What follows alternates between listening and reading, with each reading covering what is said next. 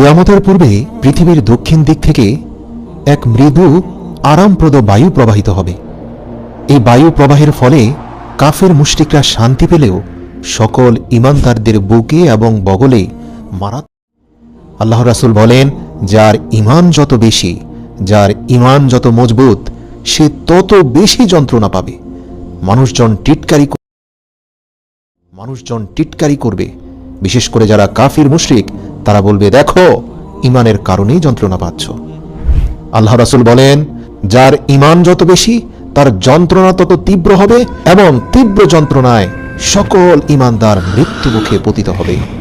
এই দৃশ্য দেখে কাফির মুশরিকরা হাসতে থাকবে, অথচ আল্লাহ তাআলা কিয়ামতের আযাব থেকে ঈমানদারদের রক্ষা করতে চাইবেন বলেই এই মৃদু বাতাসের সাথে পৃথিবী থেকে তাদেরকে উঠিয়ে নেবেন। আল্লাহ রাসূল বলেন, এরপরে পৃথিবীর বুকে এক আশ্চর্য ঘটনা শুরু হয়ে যাবে।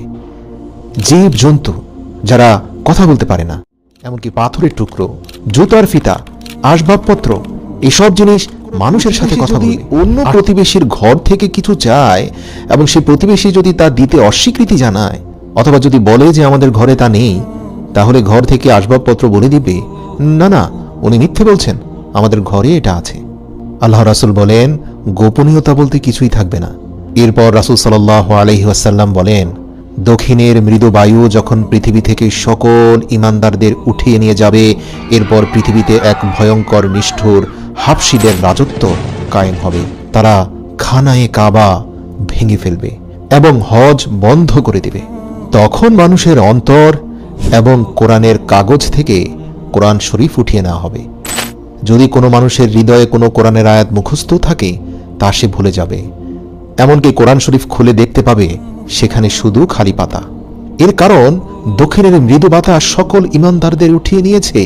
এ পৃথিবীতে আর কোনো ঈমানদার নেই। যদি কেউ কোরআন মুখস্থ রেখেও থাকে, সে ঈমান না এনেই রেখেছিল। ঈমান এবং কোরআন উঠিয়ে নেওয়ার পর আল্লাহর স্মরণ ও আখিরাতের কথা আর কারো মনে কোনো দিন উদয় হবে না। যাদের হাতে দেশের শাসন ক্ষমতা থাকবে, তারা জনসাধারণের উপর ভীষণ অবিচার, অত্যাচার চালাতে থাকবে। মানুষ কথায় কথায় বিবাদে জড়িত হবে। পথে ঘাটে, উন্মুক্ত মাঠে, যেখানে সেখানে জেনা ব্যভিচার চলতে থাকবে। লজ্জা শরম বলতে কিছুই থাকবে না মানুষের। আইন কানুন বলতে কোনো কিছুর অস্তিত্ব থাকবে না। মানুষের অবাধ মেলামেশা অত্যাধিক বেড়ে গেলেও সন্তান উৎপাদনের হার একেবারেই কমে যাবে। রাসূল সাল্লাল্লাহু আলাইহি সাল্লাম বলেছেন, ওই সময় পর্যন্ত কিয়ামত হবে না যে পর্যন্ত পৃথিবীর বুকে আল্লাহর শব্দ উচ্চারণ করার মতো কেউই জীবিত থাকবে না। আপনি জেনে অবাক হবেন, শয়তানও তখন আফসোস করে বলবে, আহ, মানুষ কেন তাদের পূর্বপুরুষের ধর্ম মূর্তি পূজা ত্যাগ করলো? অর্থাৎ সে সময় এক এবং অদ্বিতীয় আল্লাহর ইবাদত করা তো দূরের কথা, দেবদেবীর পূজা করার কথাও আর কারো মনে উদয় হবে না। আল্লাহর রাসূলের হাদিস থেকে এ বিষয়ে 100% নিশ্চিত হওয়া যায় যে কিয়ামতের সময় পৃথিবীতে কোনো মুশরিকও থাকবে না। মানে যারা আল্লাহকে মানে তার সাথে আবার মূর্তির পূজা করে অথবা কোনো নবীকে খোদা মানে, এরকম কোনো মুশরিক পৃথিবীতে থাকবে না। কিয়ামতের সময় যারা থাকবে তারা সবাই নাস্তিক হয়ে যাবে, অর্থাৎ তারা কোনো সৃষ্টিকর্তায় বিশ্বাসী নয়। দুনিয়ার অন্যান্য অংশের তুলনায় কিয়ামতের পূর্বে সিরিয়াতে কিছুটা শান্তি বজায় থাকে। সেজন্য শান্তিপ্রিয় লোকজন সবাই সিরিয়ায় চলে যাবে। এখন যেমন ইউরোপ, আমেরিকা অনেক মানুষের জন্য পৃথিবীতে স্বপ্নের দেশ, তখন পুরো বিশ্ববাসীর জন্য সিরিয়া হবে স্বপ্নের দেশ। সবাই সিরিয়াতে গিয়ে একটু স্বস্তির নিঃশ্বাস ফেলতে চাইবে। এরই মধ্যে একদিন হঠাৎ জিলহজ মাসের 10 তারিখ দিবাগত রাতটি এত দীর্ঘ হবে যে শিশুরা নিদ্রা থেকে উঠে ছটপট করতে থাকবে। গরু, মহিষ, গৃহপালিত পশু মাঠে যাওয়ার জন্য অস্থির হয়ে চিৎকার শুরু করবে। মানুষ ভীত ও চিন্তিত হয়ে যাবে।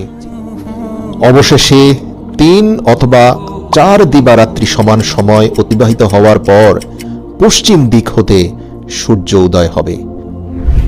এ বিষয়ে আল্লাহ তাআলা পবিত্র কোরআনে সূরা নামলে বলেছেন, যখন কিয়ামতের ওয়াদা পূর্ণ করার সময় নিকটবর্তী হবে, আমি তখন দাব্বাতুল আরদ প্রকাশ করব। এটি এমন একটি প্রাণী, সে মানুষের সঙ্গে কথাবার্তা বলবে। এর শারীরিক গঠনের সাথে 7 প্রকারের প্রাণীর সামঞ্জস্য থাকবে। যেমন এর মুখমণ্ডল মানুষের মতো, পা উটের মতো, ঘাড় ঘোড়ার মতো, লেজ গরুর মতো, পাঁজর বাঘ এবং সিংহের মতো, শিং হরিণের মতো এবং হাত বানরের মতো হবে। পশ্চিম দিক হতে সূর্যোদয়ের পর এ নিয়ে মানুষের মধ্যে নানান ধরনের জল্পনা কল্পনা চলতে থাকবে। সে সময় একটা ভীষণ ভূমিকম্প হবে। ভূমিকম্পের ফলে মক্কায় সাফা পাহাড় ফেটে ভেতর হতে অদ্ভুত প্রাণী বের হয়ে আসবে। এই প্রাণী মানুষের সাথে অবিকল মানুষের মতোই কথা বলবে। তার এক হাতে হযরত মুসা আলাইহিসসালামের লাঠি এবং অপর হাতে হযরত সুলাইমান আলাইহিসসালামের আংটি থাকবে। প্রাণীটি এত দ্রুতগামী হবে যে তা মানুষের কল্পনার বাইরে। কোনো মানুষ বা তাগড়া ঘোড়া তো দূরের কথা, পৃথিবীর কোনো দ্রুতগামী যানবাহনের সাথেও তার তুলনা চলে না। এমনকি তার সামনে থেকে কেউ পালিয়েও যেতে পারবে না। সে প্রত্যেকটি মানুষের কপালে তার লাঠির দ্বারা একটি করে দাগ দেবে। প্রিয় দর্শক, ইমানদারদের কপালে দাগ দেওয়ার সঙ্গে সঙ্গে তাদের চেহারা চাঁদের মতো উজ্জ্বল আলোকময় হবে এবং কাফের ও মুশরিকদের কপালে দাগ দেওয়ার সঙ্গে সঙ্গে তাদের চেহারা ভয়ানক কালো ও কুৎসিত হয়ে যাবে। সে অতি অল্প সময়ের মধ্যে প্রত্যেকটি মানুষের কপালে একটি করে দাগ দিয়ে যাবে, যার ফলে দুনিয়ার যাবতীয় মানুষ ইমানদার ও বেঈমান এই দুটি শ্রেণীতে বিভক্ত হয়ে যাবে। মূলত এ ঘটনাটি পৃথিবীতে দক্ষিণাস্যেই মৃদু বাতাস আসার পূর্বে ঘটবে। এরপরের ঘটনা তো আমরা জানি। দক্ষিণ দিক হতে বায়ু প্রবাহিত হয়ে দাব্বাতুল আরদ যাদের কপালে ইমানদার লিখে গিয়েছিল, যাদের চেহারা নুরানি হয়ে গিয়েছিল, দক্ষিণা বাতাসে এরা প্রত্যেকে যন্ত্রণায় ছটপট করতে করতে এই ভয়ঙ্কর পৃথিবী থেকে শান্তিপূর্ণভাবে বিদায় নেবে।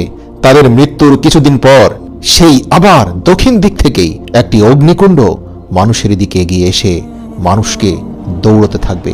সেই অগ্নি সকাল থেকে দুপুর পর্যন্ত মানুষকে তাড়া করবে, কিন্তু মানুষ দৌড়াতে দৌড়াতে দ্বিপ্রহরে যখন শ্রান্ত ও ক্লান্ত হয়ে পড়বে, তখন অগ্নিকুণ্ড তাকে বিতাড়ন করা হতে বিরত থাকবে। একটু রেস্ট দেওয়ার পরে আবারই সেই অগ্নি তাদেরকে আবার তাড়াতে আরম্ভ করবে। সন্ধ্যার সময় তা আবার ক্ষান্ত হবে। এভাবেই ছুটতে ছুটতে সব মানুষ যখন সিরিয়ায় এসে জমা হবে, তখন উক্ত অগ্নিকুণ্ড অদৃশ্য হয়ে যাবে। তখন কিছু লোক আপন আপন দেশে ফিরে যাবে এবং কিছু লোক সিরিয়ায় থেকে যাবে। প্রিয় দর্শক, আমি পূর্বেই বলেছি, কিয়ামতের পূর্বে সিরিয়া হবে পৃথিবীতে নিঃশ্বাস ফেলার, শান্তিতে থাকার একমাত্র জায়গা, যা বর্তমান সময়ের প্রেক্ষাপটে আপনি হয়তো কল্পনাও করতে পারবেন না। অগ্নিকুণ্ডের ভয়ানক তাড়নাটাই হচ্ছে কিয়ামতের আলামত সমূহের মধ্যে সর্বশেষ আলামত। এরপরে একদিন 10ই মুহররম শুক্রবার হযরত ইসরাফিল আলাইহিসসালাম তার সিংহায় ফুঁক দেবেন এবং সমস্ত পৃথিবী ধ্বংস হয়ে যাবে। এ সম্পর্কে আল্লাহ তাআলা তার পবিত্র কালাম কোরআনে মাজিদে ঘোষণা করেছেন, যখন সিংহায় ফুঁক দেয়া হবে তখন আসমান ও জমিনে যা কিছু আছে সবই ধ্বংস হয়ে যাবে, কিন্তু আল্লাহ যাকে ইচ্ছে করেন শুধু তাকেই জীবিত রাখবেন। হাদিস শরীফে বর্ণিত আছে, ইসরাফিল ফেরেশতা সিংহায় মুখ লাগিয়ে আল্লাহ তাআলার আদেশের প্রতীক্ষায় আছেন এখনো। যেই মাত্র আল্লাহর আদেশ হবে তৎক্ষণাৎ সে সিংহায় ফুঁক প্রদান করবে। এ সম্বন্ধে হযরত রাসূল সাল্লাল্লাহু আলাইহি ওয়াসাল্লাম বলেছেন, আল্লাহ পাকের হাতে আমার জান, আমি তার কসম করে বলছি, যেদিন ইসরাফিল সিংহায় ফুঁক প্রদান করবে তখনই কিয়ামত আরম্ভ হয়ে যাবে। সেই সময় যে ব্যক্তি খাদ্য মুখে দিয়েছে সে তা গিলতে পারবে না, যে কাপড় পরতে আরম্ভ করেছে সে তা শেষ করার সময় পাবে না। ইতিমধ্যে সকলে অজ্ঞান হয়ে পড়ে যাবে। ইসরাফিল আলাইহিসসালাম সিংহায় ফুঁক দেয়া মাত্র সারা দুনিয়াব্যাপী এক মহা হুলস্থুল পড়ে যাবে। আকাশ ফেটে যাবে, চন্দ্র, সূর্য, গ্রহ, নক্ষত্র, বিশ্ব ব্রহ্মাণ্ড তছনছ হয়ে যাবে। পাহাড় পর্বত চূর্ণ বিচূর্ণ হয়ে তুলার মতো উড়ে যাবে। নদ নদী এবং সমুদ্র শুকিয়ে যাবে। এই ঘটনার বর্ণনা দিতে গিয়ে পবিত্র কোরআনের সূরা জিলজালে আল্লাহ তাআলা হৃদয় কাঁপানো কিছু কথা বলেছেন।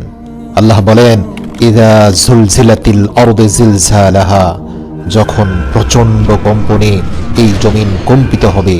ওয়া আখরাজাতিল আরদু আসআলাহা, আর জমিন তার ভেতরে থাকা সকল পাপের বোঝা বের করে দেবে। মানে মানুষের সকল খারাপ কাজের তথ্য সেদিন প্রকাশ করে দেবে। জমিনের ভেতরে লুকিয়ে থাকা সকল তথ্য জমিন সেদিন বের করে দেবে। এরপরের আয়াতে আল্লাহ বলেন, অকালাল ইনসানু মা লাহা, আর মানুষ এই সকল আশ্চর্য বিষয় দেখে বলবে, আরে এ জমিনের কি হলো? মানে হচ্ছে মানুষ বলতে থাকবে, আমি যে গোপনে অন্ধকারে এখানে একজনকে খুন করেছিলাম, এই তথ্য আজ কেন জমিনের উপর প্রকাশ হয়ে গেল? আরেকজন বলবে, আমি যে রাতের অন্ধকারে জিনা করেছিলাম, সেই তথ্য এখন সবার সামনে কেন প্রকাশ হলো? আমি তো লজ্জায় চোখ দেখাতে পারছি না। পবিত্র কোরআনে সূরা জিলজালের ৩ নম্বর আয়াতে আল্লাহ এটাই বলছেন। মানুষ বলবে, অকাল আল ইনসানু, মানুষ বলবে, মা লাহা, এর কি হলো? এই জমিন এমন করছে কেন? তারপরের আয়াতে আল্লাহ বলেন, ইয়াউমা ইযিন তুহাদ্দিসু আখবারাহা, সেদিন জমিন তার বৃত্তান্ত বর্ণনা করবে। আল্লাহু আকবার, সেদিন আল্লাহ তার জবান খুলে দিবেন, সে প্রকাশ করে দেবে যা কিছু আপনি এই জমিনের মধ্যে গেড়ে দিয়েছিলেন, ভেবেছিলেন কেউ জানবে না, কোনোদিন কারো কানে পৌঁছাবে না, কিন্তু না, জমিন সকল তথ্য সংরক্ষণ করে রেখেছে। এটাও আল্লাহর মাখলুক, এখান থেকে গোপনের কোনো সুযোগ নেই। তারপরের আয়াতে আল্লাহ বলেন, বিআন্না রাব্বাকা আওহা লাহা, যেহেতু তোমার রব তাকে নির্দেশ দিয়েছেন, তাই সে অবশ্যই সব প্রকাশ করবে। তারপরের আয়াতে আল্লাহ বলেন, ইয়াউমা ইযিন ইয়াসদুরুন নাসু আশতাতাল লিউরাউ আমালাহুম, সেদিন মানুষ বিক্ষিপ্তভাবে বের হয়ে আসবে যাতে দেখানো যায় তাদেরকে নিজের কৃতকর্ম। তারপরের আয়াতে আল্লাহ বলেন, ফামান ইয়ামাল মিসকালা যাররাতিন খায়রান ইয়ারাহ, অতএব সেদিন কেউ যদি অনুপরিমাণ ভালো কাজও করে, তাও সে নিজের চোখে স্পষ্ট দেখতে পাবে। অর্থাৎ রাস্তা থেকে একটা খারাপ বস্তু সরিয়ে দিয়ে ভেবেছিল, আরে এটা তো একদম তুচ্ছ মাত্রার একটা ভালো কাজ, এই কাজের ফলাফল আর আল্লাহ কি দিবেন? কিন্তু আল্লাহ সেদিন এই তথ্যটাও তার সামনে প্রকাশ করে বলবেন, হ্যাঁ, একদিন তুমি পা দিয়ে ধাক্কা দিয়েও অন্তত রাস্তা থেকে খারাপ জিনিস সরিয়ে দিয়েছিলে, যা তোমার প্রতিবেশীর উপকারে এসেছে। আজ দেখো তোমার আমলনামায় সেই তথ্যটি রয়েছে। আল্লাহু আকবার। এর পরের আয়াতে আল্লাহ আবার বলেন, ওয়ামান ইয়ামাল মিসকালা যাররাতিন শাররান ইয়ারাহ, আর কেউ অনুপরিমাণ খারাপ কাজ করলেও তা সে দেখতে পাবে। সে ভেবেছিল দুর্বলদের ধমক দিয়ে কথা বললে কি হয়, ঘরের বুয়ার সাথে ধমক দিয়ে কথা বলাটা বড় কোনো অপরাধ নয়, কিন্তু আমলনামায় যখন দেখতে পাবে তার একটা ধমকও উঠে আছে, সে তখন আশ্চর্য হয়ে যাবে। আল্লাহু আকবার।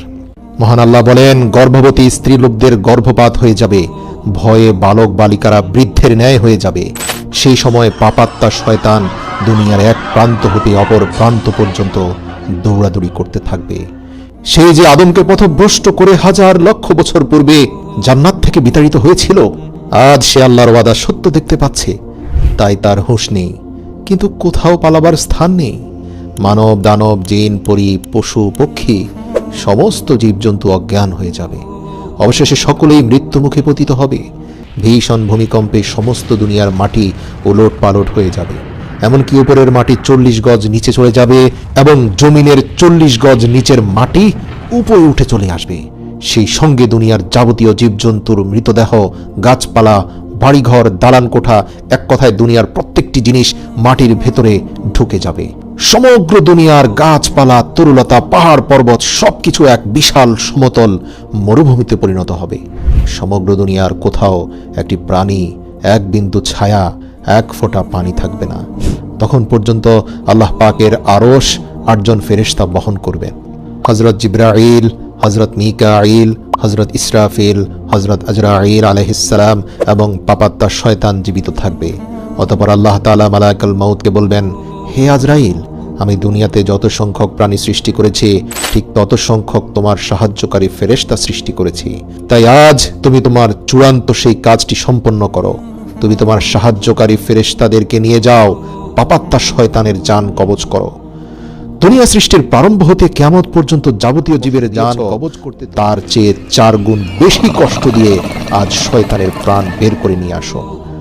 আল্লাহর আদেশে মালাইকাল মউত এমন ভীষণ অগ্নিমূর্তি ধারণ করবেন যে তার সেই মূর্তি দর্শন করা মাত্রই দুনিয়ার যে কোনো জিন, মানব বা দৈত্য দানব মৃত্যুমুখে পতিত হতো।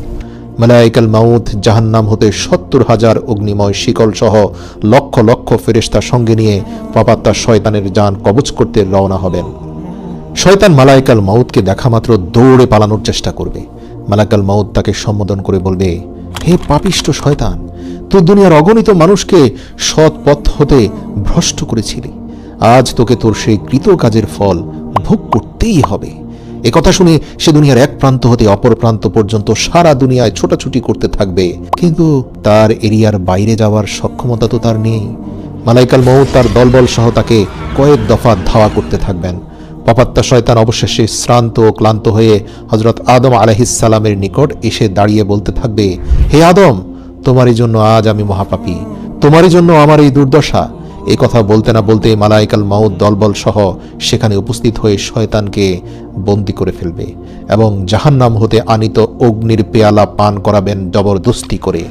সেই অগ্নি পেয়ালা পান করা মাত্রই শয়তান এমন ভীষণ শব্দে একটি চিৎকার করে উঠবে যে সেই সময় দুনিয়ার জিন মানব যদি কেউ থাকতো তাহলে শয়তানের এই চিৎকারই তাদের মৃত্যুর জন্য যথেষ্ট হতো। মালাইকাল মউত অত্যন্ত কঠোর শাস্তি দিয়ে ইবলিসের জান কবজ করবে। এরপর মালাইকাল মউত একে একে যাবতীয় ফেরেশতার জান কবজ করবেন। তখন আল্লাহ তাআলা জিজ্ঞেস করবেন, হে আজরাইল, এখন আমার সৃষ্টির মধ্যে কে আছে?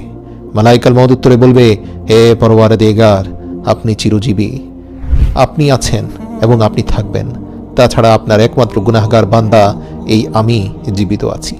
তখন আল্লাহ তাআলা বলবেন, হে আজরাইল, নিশ্চয়ই তুইও আমার এক মাখলুক, আর তুই তো জানিস প্রত্যেক প্রাণীকে মৃত্যুর স্বাদ গ্রহণ করতে হবে। আমার এই বাণী কি তুই শুনেছিস? আজরাইল মাথা নেড়ে কাঁদতে কাঁদতে বলবে, হে আল্লাহ, আমি অবশ্যই শুনেছি। অতএব আল্লাহ নির্দেশ দিবেন, অতএব এখন নিজ হাতে নিজের জান কবজ কর। তখন মালাইকাল মউত নিজ হাতে নিজের জান কবজ করে মৃত্যু মুখে পতিত হবে। অতঃপর 40,000 বৎসর পর্যন্ত এক আল্লাহ ব্যতীত আর কোনো কিছুরই অস্তিত্ব থাকবে না। তখন আল্লাহ তাআলা আসমান ও জমিনকে সম্বোধন করে বলবেন, এখন আসমান ও জমিনে কার বাদশাহী? যারা ক্ষমতা ও ধনের গর্বে গর্বিত হয়ে ধরাকে সরা জ্ঞান করত, যারা আমার রাজ্যে বসবাস করে আমার নিয়ামত উপভোগ করে আমার বিরুদ্ধচারণ করত, তারা আজ কোথায়? যখন কেউই এর কোনো উত্তর প্রদান করবে না, তখন আল্লাহ তাআলা পুনরায় বলবেন, আজ কেউ নেই আমার বিরুদ্ধচারণ করার জন্য, আজ কেউ নেই, কেউ নেই আমার নাফরমানি করার জন্য। বিশ্বজগৎ একমাত্র আমারই রাজ্য, আর আমি এর একমাত্র সার্বভৌম প্রভু। আমরা সকলেই জানি হযরত ইসরাফিল আলাইহিস সালাম দ্বিতীয়বার সিংহায় ফুৎকার দেওয়ার পর সকল মৃত মানুষ পুনরায় আবার কবর থেকে জেগে উঠবে। এখন প্রশ্ন হলো, হযরত ইসরাফিল আলাইহিস সালামের দুই ফুৎকারের মাঝে সময়ের ব্যবধান কত হবে? রাসূল সাল্লাল্লাহু আলাইহি ওয়াসাল্লাম বলেন, অতঃপর আল্লাহ আকাশ থেকে বৃষ্টি বর্ষণ করবেন, তখন মানুষ উদ্ভিদের ন্যায় বের হতে থাকবে। ঠিক যেমন আকাশ থেকে বৃষ্টি বর্ষণের পর শক্ত ভূমির মধ্যে সবুজ ঘাস জন্ম নেয়। হাদিসে এসেছে, পৃথিবীর প্রত্যেকটি মানুষের পশ্চাদাংশের একটি পুচ্ছের হাড় আল্লাহ তাআলা সর্বপ্রথম তৈরি করবেন মাটির ভেতরে।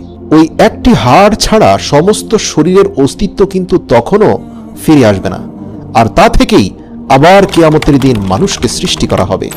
বুখারী 4935 নম্বর হাদিস। মৃত্যুর পর পুনরুত্থানে বিশ্বাস রাখা ঈমানের অন্যতম মৌলিক বিষয়। মৃত্যু যেমন সত্য, মৃত্যুর পর পুনরুত্থানও ঠিক এমনই সত্য। মহান আল্লাহ তার স্বীয় কুদরত ব্যবহার করে ছিন্ন ভিন্ন মৃত সব শরীর একত্র করবেন। পৃথিবীতে যদি কাউকে বাঘে খেয়ে ফেলে, অথবা সে যদি পানিতে ডুবে মরে যায়, অথবা আগুনে পুড়ে মরে গেলেও দেখা যাবে কিয়ামতের দিন সে একদম সুস্থ সবল হয়ে ফিরে আসবে। এই সব কিছুর পুনরুত্থান ঘটাবেন মহান আল্লাহ। এ বিষয়ে পবিত্র কোরআনে কাফের মুশরিকদের একটি প্রশ্নের উত্তর আল্লাহ দিয়েছেন। সেখানে কাফের মুশরিকরা বলে, আমরা মরে যাওয়ার পর আমাদের হাড়গুলো যখন পচে গলে যাবে, তখনও কি আমাদের পুনরুত্থিত করা হবে? এ তো অসম্ভব বিষয়। আল্লাহ তাআলা বলেন, হে রাসূল, আপনি বলে দিন, হ্যাঁ, তিনি তোমাদের পুনরায় প্রাণ সঞ্চার করবেন, তোমাদের দেহের আকৃতি দান করবেন, যিনি প্রথম তোমাদের সৃষ্টি। তার জন্য কি এটা একান্তই সহজ নয়, যিনি তোমাদের অস্তিত্বহীন থেকে অস্তিত্ব দান করেছেন? সুবহানাল্লাহ। প্রিয় দর্শক, এখানে আল্লাহ রাব্বুল আলামিনের যুক্তি অকাট্য সত্য, যে আল্লাহ অস্তিত্বহীনতা থেকে আমাদের অস্তিত্ব দিয়েছেন, তিনি কি মৃত হয়ে আমাদের হাড়গোড় মাটিতে মিশে যাওয়ার পর সেখান থেকে পুনরায় উত্থিত করতে পারবেন না? এটা কি আরো সহজ নয়? আল্লাহু আকবার। সূরা জুমারের 68 নম্বর আয়াতে আল্লাহ তাআলা বলেন, সিংহায় ফুৎকার দেওয়া হবে, ফলে যাদেরকে আল্লাহ ইচ্ছা করেন তারা ব্যতীত আকাশমণ্ডলী ও পৃথিবীর সকলে আশ্চর্য হয়ে পড়বে। অতঃপর আবার সিংহায় ফুৎকার দেওয়া হবে, তৎক্ষণাৎ তারা কবর থেকে সোজা হয়ে দাঁড়িয়ে যাবে। ইরশাদ হয়েছে, কাফেররা ধারণা করে যে তারা কখনোই পুনরুত্থিত হবে না। বলো, নিশ্চয়ই হবে, আমার প্রতিপালকের শপথ, তোমরা অবশ্যই পুনরুত্থিত হবে। অতঃপর তোমরা যা যা করেছো এই দুনিয়াতে সে সব কিছু সেখানে তোমরা দেখতে পাবে। এটা আল্লাহর পক্ষে সহজ। সূরা তাগাবুন আয়াত নম্বর 7। সূরা বনী ইসরাইলের 49 থেকে 51 নম্বর আয়াতে আল্লাহ বলেন, তারা বলে, আমরা অস্থিতে পরিণত ও চূর্ণ বিচূর্ণ হলেও কি নতুন রূপে উত্থিত হব?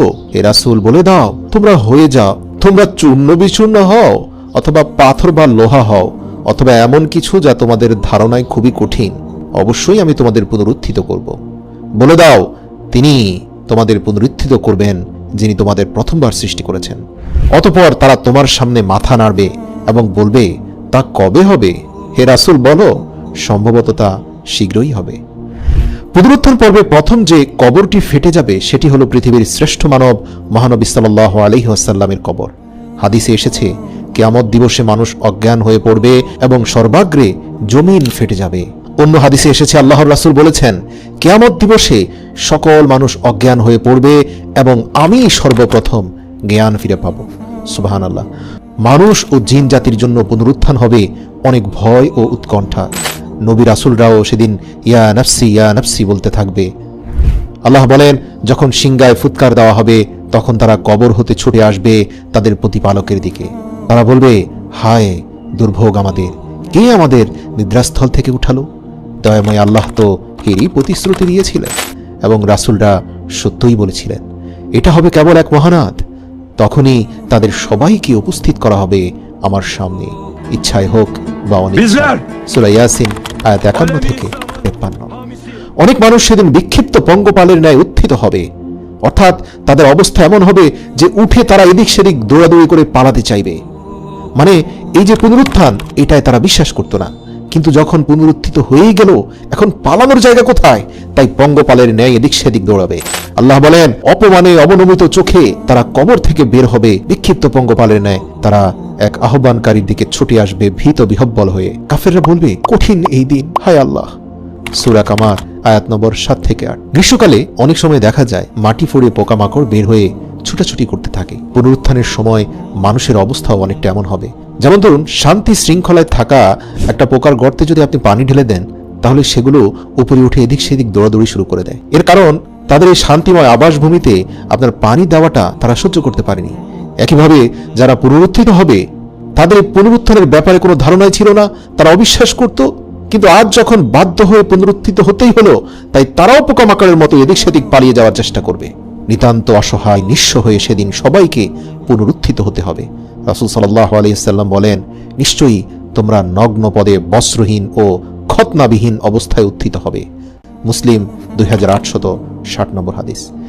প্রত্যেকে যে অবস্থায় ইন্তেকাল করবে সে সেই অবস্থায় উঠবে। যে শহীদ হয়ে মরেছে সে শহীদ হয়ে উঠবে। যে হজ ব্রত পালন অবস্থায় মারা গেছে সে হাজী হয়ে উঠবে। পুনরুত্থান যেদিন শুরু হবে সেদিন হবে শুক্রবার। হযরত আউস ইবনে সাকাফি রাদিয়াল্লাহু থেকে বর্ণিত, তিনি বলেন, নিশ্চয়ই তোমাদের শ্রেষ্ঠ দিবস হলো শুক্রবার দিন। এদিনেই প্রথম সিংগায় ফুৎকার দেওয়ার ফলে সবাই মারা যাবে এবং এদিনে দ্বিতীয় সিংগায় ফুৎকারের ফলে আবার পুনরুত্থিত হবে। ইসলামের দৃষ্টিতে মানুষের এই দুনিয়ার জীবন হলো একেবারে নিতান্তই ক্ষণস্থায়ী এবং আখিরাতের জীবন হলো চিরস্থায়ী। মৃত্যুর মাধ্যমে দুনিয়ার জীবনের সমাপ্তি ঘটবে এবং আখিরাতের জীবনের সূচনা হবে। সেই জীবন কি ভালো হবে না মন্দ হবে সেটা হাসরের মাঠে চূড়ান্ত করা হবে। যেমন আল্লাহ তাআলা বলেন, প্রত্যেক প্রাণীকে মৃত্যুর স্বাদ গ্রহণ করতে হবে, আর অবশ্যই কিয়ামতের দিন তোমাদেরকে পরিপূর্ণভাবে তার প্রতিদান দেওয়া হবে। সুতরাং যাকে জাহান্নাম থেকে দূরে রাখা হবে এবং জান্নাতে প্রবেশ করানো হবে, সেই সর্বশ্রেষ্ঠ সফল ব্যক্তি। হাসরের মাঠের ভয়াবহতা কেমন হবে, সর্বপ্রথম কোন কাজের হিসাব গ্রহণ করা হবে, কি কি জিজ্ঞেস করা হবে, তা আমাদের জানা জরুরি। মানব জীবনের অনিবার্য অংশ হলো হাসরের মাঠে চূড়ান্ত হিসাব নিকাশের জন্য উপস্থিত হওয়া। কারণ এই দিনের প্রাপ্ত ফলাফলের ভিত্তিতে মানুষের আখিরাতের জীবন কেমন হবে তা নির্ধারণ করা হবে।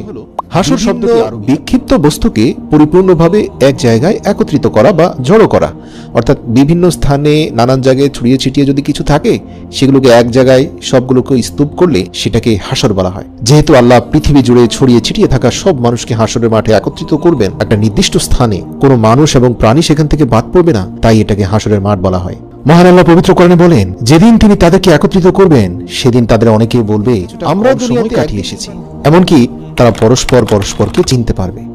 যারা আল্লাহর সাক্ষাৎকে অস্বীকার করত তারা ক্ষতিগ্রস্ত হয়েছে এবং তারা কখনোই সঠিক পথ প্রাপ্ত ছিল না। অর্থাৎ একদিন আল্লাহর সামনে হাজির হতেই হবে, তার সাথে সাক্ষাৎ হবে, এতে কোনো সন্দেহ নেই। রাসূল সাল্লাল্লাহু আলাইহি ওয়াসাল্লাম বলেন, কিয়ামতের দিন সব সৃষ্ট জীবকে জমা করা হবে, এমনকি চতুষ্পদ জীব জন্তু, হিংস্র প্রাণী, পাখি সবকিছুকেই এক জায়গায় নিয়ে আসা হবে। আল্লাহ সকল প্রাণী এবং মানুষের প্রতি ন্যায় বিচার করবেন। ফলে পৃথিবীতে যে প্রাণীর শিং থাকার কারণে শিংবিহীন অন্য প্রাণীর উপর অত্যাচার করেছিল বা শিং দিয়ে গুঁতো দিয়ে তাকে হত্যা করেছিল, সেদিন অত্যাচারিত প্রাণীকে আল্লাহ তাআলা শিং গজিয়ে বলবেন, এবার তুমি প্রতিশোধ নাও। অতঃপর সে প্রতিশোধ নিবে, বিচার শেষ হবে। অতঃপর সকল প্রাণীকে আল্লাহ তাআলা বলবেন, এবার তোমরা সবাই মাটির সঙ্গে মিশে যাও। সুতরাং আজ যদি আপনি কোনো টিভির পর্দায় দেখেন কোনো নেকড়ে বাঘ কোনো হরিণকে খেয়ে ফেলেছে, অথবা বনের কোনো অসহায় পশুকে কোনো সিংহ এসে খেয়ে ফেলেছে, তাহলে এই দৃশ্য দেখে অবাক হওয়ার কিছু নেই। কখনোই এমনটা ভাববেন না যে আল্লাহ অসহায়ের প্রতি অন্যায় করেছেন, কখনোই নয়। কিয়ামতের দিন এই প্রাণীগুলো উঠবে, যে যাকে খেয়েছে সে আবার তার প্রতিশোধ নিতে পারবে। অতঃপর সকল প্রাণীকে আল্লাহ তাআলা মাটির সঙ্গে মিশিয়ে দেবেন। তাদের এভাবে মাটির সঙ্গে মিশে যেতে দেখে কাফেরা বলতে থাকবে, হায়, আজ যদি আমরাও মাটির সাথে মিশে যেতে পারতাম। পবিত্র কোরআনে সূরা নাবার শেষ আয়াতে আল্লাহ তাআলা বলেন, ইয়া লাইতানি কুনতু তুরাবা। তারা বলবে, হায়, আজ যদি আমরা এই প্রাণীর মতো মাটির সাথে মিশে যেতে পারতাম, তাহলে আমাদের আর হিসেবের মুখোমুখি হতে হতো না। আল্লাহু আকবার। আল্লাহ বলেন, সেদিন আমি আকাশকে গুটিয়ে নেব, যেভাবে লিখিত কাগজপত্র এক জায়গায় জমা করা হয়, আমি ঠিক সেভাবেই সবকিছু আমার কাছে নিয়ে নেব, যেভাবে আমি প্রথমবার সৃষ্টি করেছিলাম, এবং আমি আমার ওয়াদা অবশ্যই পূর্ণ করব। আব্দুল্লাহ ইবনে আব্বাস রাদিয়াল্লাহু থেকে বর্ণিত, নবী করিম সাল্লাল্লাহু আলাইহি সাল্লাম বলেন, নিশ্চয়ই তোমাদেরকে হাসরের ময়দানে খালি পা বা বস্ত্রহীন অবস্থায় উত্থান করা হবে। সাধারণ মানুষরা বস্ত্রহীন থাকলেও নবী রাসূলদের কাপড় পরানো হবে। এ বিষয়ে আল্লাহর রাসূল বলেন, ইব্রাহিম আলাইহিস সালামকে যখন নমরুদ আগুনের কুণ্ডলিতে নিক্ষেপ করে, তার পূর্বে তাকে বিবস্ত্র করেছিল। সবর করে আল্লাহর উপর তিনি ভরসা রেখেছিলেন, এজন্য আল্লাহ তাকে এর প্রতিদান দিলেন, তাকে দুনিয়া আখিরাতের আগুন থেকে রক্ষা করলেন, এবং বিনিময়ে কিয়ামতের দিন তাকে সব মানুষের উপস্থিতিতে কাপড় পরিধান করিয়ে সম্মানিত করবেন আল্লাহ। সবাই সারিবদ্ধ হয়ে নিচের দিকে তাকিয়ে চুপচাপ দাঁড়িয়ে থাকবে। হাসরের ময়দানে একে একে সকলকে উপস্থিত করার পর ফের তাদের এই সারিবদ্ধ মানুষের মধ্যেই হঠাৎ আল্লাহ তাআলা আসমান থেকে নেমে আসবেন। উপস্থিত সকলেই ডানে বামে কোথাও তাকাবে না, সোজা নিচের দিকে তাকিয়ে দাঁড়িয়ে থাকবে। সকলে নীরব নিঃশব্দ থাকবে, কেউ কোনো কথা বলতে পারবে না। তবে আল্লাহ যাকে অনুমতি দেবেন সেই শুধু কথা বলতে পারবে। কোরআনে উল্লেখ আছে, সেই চিরঞ্জীব চিরস্থায়ী আল্লাহর সামনে সকলেই অবনত হবে। সেই ব্যক্তি অবশ্যই ব্যর্থ হবে যে জুলুম করেছে, আর যে মুমিন ভালো কাজ করবে সে কোনো জুলুম বা ক্ষতির আশঙ্কা করবে না। আল্লাহ তাআলা বলেন, শুধুমাত্র তারাই কথা বলতে পারবে যাদেরকে আমি অনুমতি দেব। হাসরের ময়দানে পরিস্থিতি এতটাই ভয়াবহ হবে, সেদিন কেউ কাউকে সাহায্য করবে না। সবাই আরবিতে একটি বাক্য উচ্চারণ করবে, ইয়া নাফসি, ইয়া নাফসি। হাদিসে এসেছে, প্রত্যেক মানুষই সেদিন আতঙ্কে থাকবে। সবাই বলবে, ইয়া নাফসি, আমাকে বাঁচাও, আমাকে বাঁচাও। রাসূল সাল্লাল্লাহু আলাইহি সাল্লাম বলেন, মাথার কিছুটা উপরেই সূর্য থাকবে। হাসরের ময়দান অত্যন্ত ভয়াবহ একটা জায়গা। যেহেতু সূর্যকে মানুষের কাছাকাছি রাখা হবে, সেই সূর্যের তীব্র উত্তাপে সবাই ছটফট করতে থাকবে।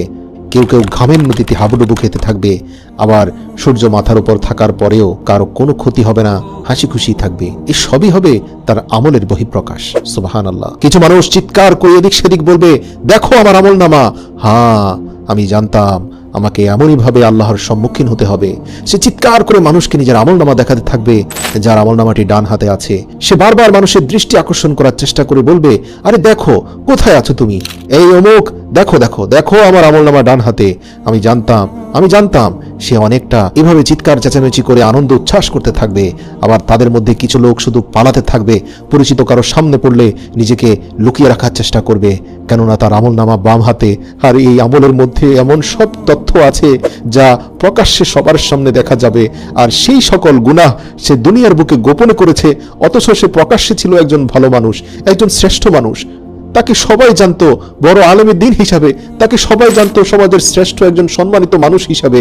অথচ গোপনে, অন্তরালে, পর্দার আড়ালে সে যে এত পাপ করেছে, আজ বাম হাতের আমলনামা সব বলে দিচ্ছে। তাই সে নিজেকে লুকানোর চেষ্টা করবে, কিন্তু না, সেখানে লুকানোর কোনো সুযোগ নেই। কিয়ামতের দিন কিছু সংখ্যক লোককে অন্ধ করে উঠানো হবে। এই বিষয়ে সূরা বালাদের 8 নম্বর আয়াতে আল্লাহ বলেন, পবিত্র কোরআনের এই সূরায় মহান আল্লাহ মানুষকে হেদায়েত গ্রহণের জন্য সহায়ক যেসব নিয়ামত দিয়েছেন তাতে চোখের কথা বিশেষভাবে উল্লেখ করেছেন। যারা এই নিয়ামতের শুকরিয়া করবে না, কিয়ামতের দিন মহান আল্লাহ তাদের অন্ধ অবস্থায় উঠাবেন। পবিত্র কোরআনে এসেছে, আর যে আমার স্মরণ থেকে বিমুখ থাকবে নিশ্চয়ই তার জীবন যাপন হবে সংকুচিত, এবং আমি তাকে কিয়ামতের দিন জামায়াত করব অন্ধ অবস্থায়। সে বলবে, হে আমার রব, কেন আপনি আমাকে অন্ধ অবস্থায় উঠালেন, অথচ আমি তো ছিলাম দৃষ্টিশক্তি সম্পন্ন। আল্লাহ বলবেন, এভাবেই আমার নির্দেশনাবলী তোমার কাছে এসেছিল, কিন্তু তুমি তা ছেড়ে দিয়েছিলে, এবং সেভাবে আজ আমিও তোমাকে জাহান্নামে ছেড়ে দিব।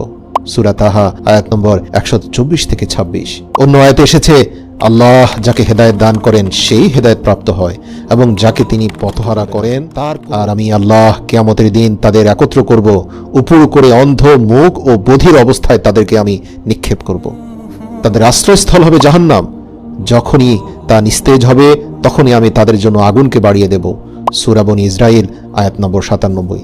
অর্থাৎ দুনিয়ায় তারা যে অবস্থায় ছিল, সত্যকে দেখতে পেত না, সত্য কথা শুনতে পেত না, এবং সত্য কথা বলতো না, ঠিক তেমনই কিয়ামতের দিন তাদের উঠানো হবে। অনেক তাফসীরবিদদের মতে এখানে বাহ্যিক দৃষ্টিহীনতার কথা বলা হয়নি, বরং অন্ধ দ্বারা উদ্দেশ্য হলো অন্তরের দৃষ্টিহীনতা। কারণ পবিত্র কোরআনের এক আয়াতে উল্লেখিত রয়েছে, তারা কি দেশ ভ্রমণ করেনি? তাহলে তারা জ্ঞান বুদ্ধি সম্পন্ন হৃদয় ও শ্রুতিশক্তি সম্পন্ন শ্রবণের অধিকারী হতে পারত। বস্তুত চোখ তো অন্ধ নয়, বরং অন্ধ হচ্ছে বুকের মধ্যে অবস্থিত হৃদয়। সূরা হজ আয়াত নম্বর 46। তাদের অন্ধত্ব হৃদয়ের চোখের হোক আর চর্ম চোখের, কিয়ামতের দিন তাদের শাস্তি যে ভয়াবহ হবে এ কথা নিশ্চিত। পবিত্র কোরআনের একটি আয়াতে বলা হয়েছে যে সেদিন তাদের চেহারার উপর ভর করে আল্লাহ সামনে হাজির করবেন। এরশাদ হয়েছে, যাদের মুখের উপর ভর দিয়ে চলা অবস্থায় জাহান্নামের দিকে একত্র করা হবে, তারা স্থানের দিক থেকে অতি নিকৃষ্ট এবং বেশি পথভ্রষ্ট। সূরা ফুরকান আয়াত নম্বর 34। পবিত্র কোরআনের এই আয়াত দেখে সবার মনে প্রশ্ন জাগতে পারে যে চেহারার উপর ভর করে চলাচল কি সম্ভব? এমন প্রশ্ন সাহাবায়ে কেরামের মনেও এসেছিল। আনাস ইবনে মালিক রাদিয়াল্লাহু থেকে বর্ণিত এক ব্যক্তি বলল, হে আল্লাহর নবী, কিয়ামতের দিন কাফিরদের মুখে ভর করে চলা অবস্থায় একত্র করা হবে। তিনি বললেন, এমনটা কেন করা হবে?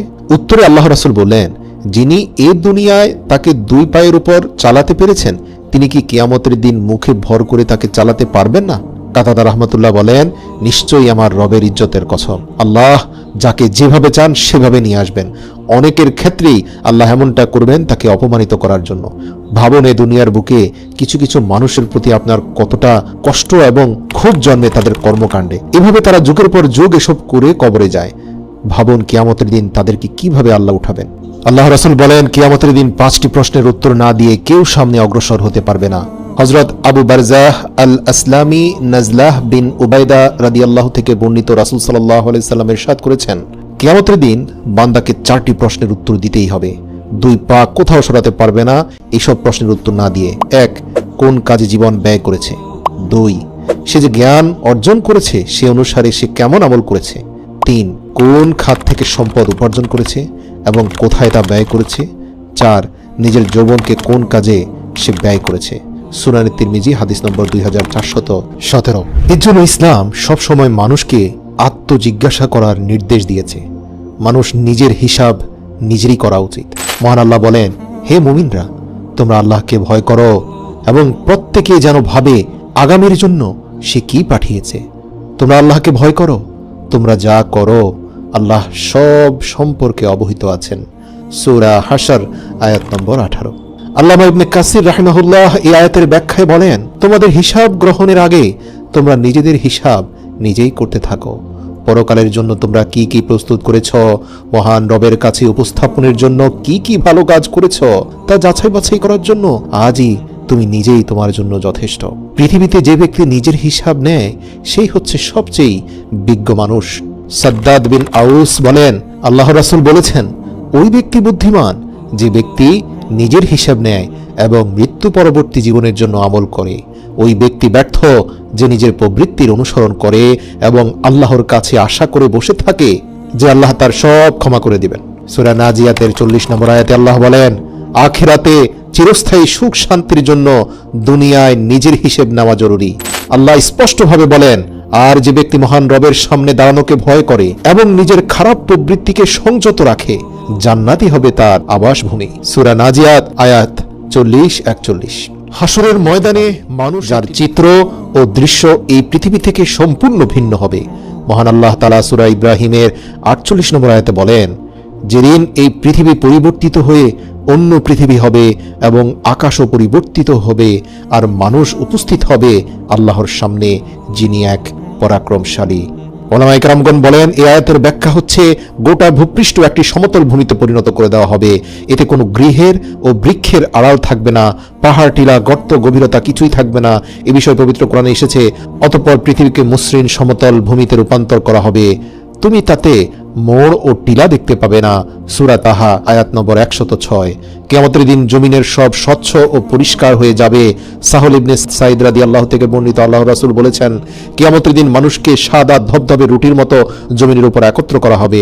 অন্য বর্ণনায় এসেছে, সেখানে কারো কোনো পরিচয়ের পতাকা থাকবে না, কি বাংলাদেশি, কি পাকিস্তানি, কি ভারতীয়, কি আমেরিকান, কি ইউরোপিয়ান, সবই তো আল্লাহর বান্দা। পরিচয় একটাই, আশরাফুল মাখলুকাত, আল্লাহর বান্দা। কিন্তু এই সমতল ভূমির মধ্যে প্রত্যেকটি বান্দার জন্য সর্বশ্রেষ্ঠ পরীক্ষা হবে পুলসিরাত। হাসরের মাঠ থেকে বের হয়ে গন্তব্যে যেতে একটি পুল স্থাপন করা হবে। এই পুরো সমতল ভূমিতে সবচেয়ে বড় পরীক্ষাটি হবে এই পুল। আরবিতে পুলকে বলা হয় সিরাত। সিরাত হাসরের ময়দান থেকে জাহান্নামের উপর দিয়ে জান্নাত পর্যন্ত বিস্তৃত থাকবে এবং অনেক ভয়ঙ্কর হবে। মানুষকে তার নিজ নিজ আমলনামা নিয়ে এই পোলের উপর দিয়ে যেতে হবে। ফেরেশতারা আল্লাহর নির্দেশে সকল মানুষকে এই পোল পার হওয়ার নির্দেশ দিয়ে দেবেন। ফেরেশতারা বলতে থাকবেন, হে মানব জাতি, এটা তোমাদের গন্তব্যে পৌঁছার পথ, এই পোল পেরিয়েই তোমাদের যেতে হবে। কিন্তু সবার জন্য পেরিয়ে যাওয়া সম্ভব হবে না। পাপী বান্দারা সেটাকে চুল থেকেও চিকন দেখতে পাবে, তাদের জন্য সেটি হবে অত্যন্ত ধারালো। তারা ওই পোলে আরোহণ করা মাত্রই তাদের পা কেটে নিম্নস্থ জাহান্নামে তারা নিক্ষিপ্ত হবে। আর নেককারদের জন্য হবে সেই পোল সুপ্রশস্ত সুগম। তারা তাদের নেকির তারতম্য অনুযায়ী বিদ্যুতের গতিতে জান্নাতে পৌঁছে যাবে সেই পোল পাড়ি দিয়ে। পবিত্র কোরআন ও হাদিসের কোথাও সরাসরি পুলসিরাত শব্দটি ব্যবহৃত হয়নি, বরং বিভিন্ন জায়গায় শুধু সিরাত শব্দটি ব্যবহৃত হয়েছে। আল্লাহ তাআলা বলেন, তোমাদের মধ্যে এমন কেউ নেই যে এই সিরাতকে ফাঁকি দিয়ে চলে যেতে পারবে। এটা তোমাদের প্রতিপালকের অবধারিত ফয়সালা। তারপর আমি আল্লাহ ভীরুদের নিস্তার দেব এবং অত্যাচারীদের অর্ধমুখী করে জাহান্নামে নিক্ষিপ্ত করব। সূরা মারিয়াম আয়াত নম্বর 71-72। উম্মুল মুমিনিন হযরত আয়েশা সিদ্দিকা রাদিয়াল্লাহু বলেন, আল্লাহ রাসূল বলেছেন, জাহান্নামের উপর একটি পুল আছে যা চুলের চেয়েও বেশি চিকন আর তরবারির চেয়েও বেশি ধারালো। এর উপর লোহার শিকল ও কাঁটা থাকবে। মানুষ এর উপর দিয়ে গমন করবে, কেউ চোখের পলকে, কেউ বিদ্যুৎ গতিতে, কেউ বায়ুবেগে, আর কেউ উত্তম ঘোড়া ও উটের গতিতে পুলসিরাত পার হবে। আর ফেরেশতারা বলতে থাকবে, হে প্রভু, সহি সালামতে অতিক্রম করাও, হে প্রভু, নিরাপদে পার করাও। কেউ নাজাত পাবে, কেউ আহত হবে, কেউ উপর হয়ে পড়ে যাবে, আর কেউ অধমুখী হয়ে জাহান্নামে পড়ে যাবে। মুসনাদে আহমদ হাদিস নম্বর 24847। পুলসিরাতের কঠিন পরীক্ষায় সবাই খুব পেরেশান থাকবে। নবীরাও সেদিন আল্লাহর কাছে সাহায্য চাইতে থাকবে। হযরত আবু হুরায়রা রাদিয়াল্লাহু থেকে বর্ণিত একটি দীর্ঘ হাদিস বর্ণিত আছে, তাতে নবীজি সাল্লাল্লাহু আলাইহি সাল্লাম বলেছেন, আল্লাহ তাআলা সব মানুষকে একত্র করে বলবেন, দুনিয়ায় তোমরা যে যে জিনিসের উপাসনা করেছিলে সে তার সঙ্গে চলে যাও। অতএব সূর্যের উপাসনাকারী সূর্যের সঙ্গে, চন্দ্রের উপাসনাকারী চন্দ্রের সঙ্গে এবং মূর্তি পূজারী মূর্তির সঙ্গে চলে যাবে। অবশিষ্ট থাকবে এই উম্মতের লোকেরা, তাদের মধ্যে মুনাফিকরাও থাকবে। তখন জাহান্নামের উপর পুলসিরাত স্থাপন করা হবে। সেদিন সর্বপ্রথম আমি সেই পুলসিরাত অতিক্রম করব। আর সেদিন সব রাসূলের দোয়া হবে, আল্লাহুম্মা সাল্লিম, আল্লাহুম্মা সাল্লিম, অর্থাৎ হে আল্লাহ রক্ষা করো, রক্ষা করো। বুখারী 6204 নম্বর। পুলসিরাত হচ্ছে জান্নাতে যাওয়ার পথে চূড়ান্ত পরীক্ষা। জাহান্নামীদের জন্য হাসরের মাঠ থেকে সরাসরি জাহান্নামের পথে নিয়ে যাওয়া হবে। আর যারা জান্নাতে যাবে তাদের জন্য এই ভয়ঙ্কর পথ অতিক্রমের শ্রেষ্ঠ পরীক্ষা হবে এটি। মনে রাখবেন, প্রত্যেকটি মুমিন ও মুনাফিকদের এই পরীক্ষার সম্মুখীন হতে হবে। এখানেই প্রকাশ হবে কে মুমিন আর কে মুনাফিক। আল্লাহ তাআলা বলেন, তোমার রবের কসম, আমি অবশ্যই তাদের ও শয়তানদের হাসরের মাঠে সমবেত করব। অতঃপর জাহান্নামের চারপাশে নত জানু অবস্থায় তাদের উপস্থিত করব। তারপর প্রত্যেক দল থেকে পরম করুণাময়ের বিরুদ্ধে সবচেয়ে বেশি অবাধ্যকে আমি টেনে বের করবই। আমি পরিপূর্ণ অবগত তাদের সম্পর্কে যারা জাহান্নামে দগ্ধীভূত হওয়ার অধিকতর যোগ্য। আল্লাহ রাসূল বলেন, পুলসিরাত হবে মসৃণ, পিচ্ছিল হবে। তাতে থাকবে অসংখ্য লৌহ শলাকা ও আংটা, আর থাকবে অসংখ্য কাঁটাযুক্ত দাঁতালো মাথা। তবে তা সবার জন্য একরকম হবে না। বুখারী হাদিস নম্বর 7439। মুনাফিকদের এবং ঈমানদার যারা গুনাহ করেছে তাদের জাহান্নাম থেকে উত্থিত সেই শালাকা টেনে জাহান্নামে নিয়ে যাবে। তার মানে ঈমানদার হলেই যে ফুলসিরাত পার হওয়া যাবে তা কিন্তু গ্যারান্টি দেওয়া যায় না। অতিরিক্ত গুনাহ করার কারণে কিছু দূর কষ্ট করে যেতে পারলেও মোটামুটি তারা পোলের মধ্যখান অথবা শেষাংশে গিয়ে তারা জাহান্নামে নিক্ষিপ্ত হবে। আবু হুরায়রা রাদিয়াল্লাহু থেকে বর্ণিত, নবীজি সাল্লাল্লাহু আলাইহি সাল্লাম বলেছেন, পুলসিরাতের দুই প্রান্তে অসংখ্য আংটা যুক্ত করা হবে। আল্লাহ যাকে আদেশ করবেন তাকেই সে টেনে ধরবে এবং জাহান্নামে ফেলে দিবে। মুসলিম হাদিস নম্বর 195। নবীজি সাল্লাল্লাহু আলাইহি সাল্লাম বলেছেন, পুলসিরাতে থাকবে কাঁটাযুক্ত বৃক্ষের মতো অসংখ্য আংটা। তোমরা কি কাঁটাযুক্ত বৃক্ষ দেখোনি? সাহাবারা বললেন, অবশ্যই ইয়া রাসূলুল্লাহ। নবীজি বললেন, অবশ্যই সেসব আংটা হবে কাঁটাযুক্ত বৃক্ষের মতো, তার পরিমাণ সম্পর্কে আল্লাহ ছাড়া কেউ জানে না। আল্লাহ রাসূল বলেন, কিছু কিছু লোক এই পোলকে দেখবে তরবারির ধারের মতো চিকন। হযরত সালমান রাদিয়াল্লাহু থেকে বর্ণিত, নবীজি সাল্লাল্লাহু আলাইহি সাল্লাম বলেছেন, পুলসিরাত হবে ধারালো তরবারির মাথার মতো সূক্ষ্ম ও তীক্ষ্ণ, কিন্তু হ্যাঁ, সেখানেও কিছু আলো জ্বলজ্বল করবে। রাসূল সাল্লাল্লাহু আলাইহি সাল্লাম বলেছেন, পুলসিরাত পার হওয়ার সময় সকল ঈমানদারদেরকেই তাদের আমল অনুযায়ী একটি করে নূর দেওয়া হবে। প্রত্যেকেই তার আমল অনুযায়ী যে নূর পাবে সেই নূরের আলোর গতিতেই পুলসিরাত অতিক্রম করবে এবং প্রত্যেকেই যার যার আমল অনুযায়ী নূর পাবে। হযরত ইবনে মাসউদ রাদিয়াল্লাহু থেকে বর্ণিত, রাসূল সাল্লাল্লাহু আলাইহি সাল্লাম বলেছেন, সবাইকে সবার আমল অনুপাতে নূর দেওয়া হবে। কারো সামনে পাহাড় পরিমাণ নূর দেওয়া হবে, কারো হাতে মশাল পরিমাণ নূর দেওয়া হবে, আবার কেউ কেউ একটি বৃক্ষের পরিমাণ নূর পাবে।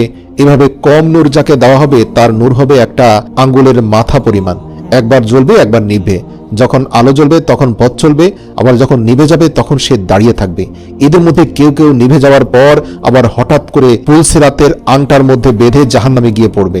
বলা হয়ে থাকে, যাদের আমল একেবারেই কম, আজীবন খুব বেশি পরিমাণে গুনাহ করে ফেলেছে, এদের অনেকে কিছু দূর তার দুর্বল নূর দিয়ে যেতে পারলেও একটা সময় আর টিকতে পারবে না, পড়ে যাবে জাহান্নামে। আল্লাহ তাআলা বলেছেন, সেদিন তুমি ঈমানদার পুরুষ ও নারীদের দেখতে পাবে যে তাদের সামনে ও ডান পাশে তাদের নূর ছোটাছুটি করছে। বলা হবে, আজ তোমাদের সুসংবাদ হলো জান্নাত, যার তলদেশ দিয়ে নদীসমূহ প্রবাহিত হয়, সেখানে তোমরা চিরস্থায়ী হবে। এটাই হলো মহাসাফল্য। সেদিন মুনাফিক পুরুষ ও নারীরা ঈমানদারদের বলবে, তোমরা আমাদের জন্য একটু অপেক্ষা করো, তোমাদের নূর থেকে আমরা একটু নূর নিয়ে নেই। বলা হবে, তোমরা তোমাদের পেছনে ফিরে যাও এবং নূরের সন্ধান করো। তারপর তাদের মাঝখানে একটি দেওয়াল তুলে দেওয়া হবে, যাতে একটি দরজা থাকবে, তার ভেতরের দিকে থাকবে রহমত আর বাহিরের দিকে থাকবে আযাব। মুনাফিকরা মুমিনদের ডেকে বলবে, আমরা কি তোমাদের সঙ্গী ছিলাম না? তারা বলবে, হ্যাঁ, কিন্তু তোমরা বাহ্যিক আমল করতে মানুষকে দেখানোর জন্য, মানুষের চোখে আলেম খেতাব পাওয়ার জন্য, মানুষকে প্রতারিত করার জন্য। তোমাদের হৃদয়ে ঈমান ছিল না, তোমরা নিজেরাই নিজেদের বিপদগ্রস্ত করেছ। তোমরা ছিলে মুনাফিক, আর তোমরা অপেক্ষা করছিলে এবং সন্দেহ পোষণ করছিলে দিনের ব্যাপারে। আর অবশেষে আল্লাহর নির্দেশ এসে গেল, আর মহাপ্রতারক শয়তান তোমাদের আল্লাহ সম্পর্কে প্রতারিত করে রেখেছিল। সুতরাং আজ তোমাদের কাছ থেকে কোনো মুক্তিপণ গ্রহণ করা হবে না, এবং যারা কুফরি করেছিল তাদের কাছ থেকেও না। জাহান্নামই তোমাদের আবাসস্থল, সেটাই তোমাদের উপযুক্ত স্থান। আর কতই না নিকৃষ্ট সেই গন্তব্যস্থল। সূরা হাদীদ 12 থেকে 15।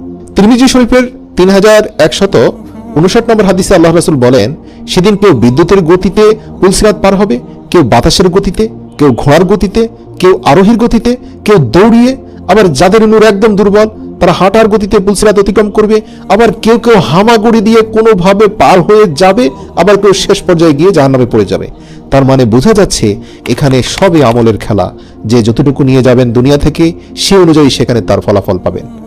উম্মুল মুমিনিন হযরত আয়েশা সিদ্দিকা রাদিয়াল্লাহু থেকে বর্ণিত, আল্লাহ রাসূল বলেছেন, পুলসিরাতে মানুষ আটকাবে সবচেয়ে বেশি কাঁটাযুক্ত গাছের ঢালে এবং শিকলের মধ্যে। তবে হ্যাঁ, যারা আমল করেছে, ঈমান মজবুত ছিল, কিন্তু এত বেশি আমলও করেনি যে সে খুব শক্তিশালী নূর পেয়েছে, তাদের ক্ষেত্রেও ফেরেশতারা দোয়া করতে থাকবে, বলতে থাকবে, হে প্রভু, ওই ব্যক্তিকে সহি সালামতে অতিক্রম করিয়ে দাও। আর সেই ব্যক্তি তো হামাগুড়ি দিয়ে যেতেই থাকবে, আর ফেরেশতারা দোয়া করবে, হে প্রভু, নিরাপদে পার করাও। তবে শেষ পর্যন্ত এদের কেউ কেউ নাজাত পাবে, কেউ আহত হবে, কেউ উপর হয়ে পড়বে।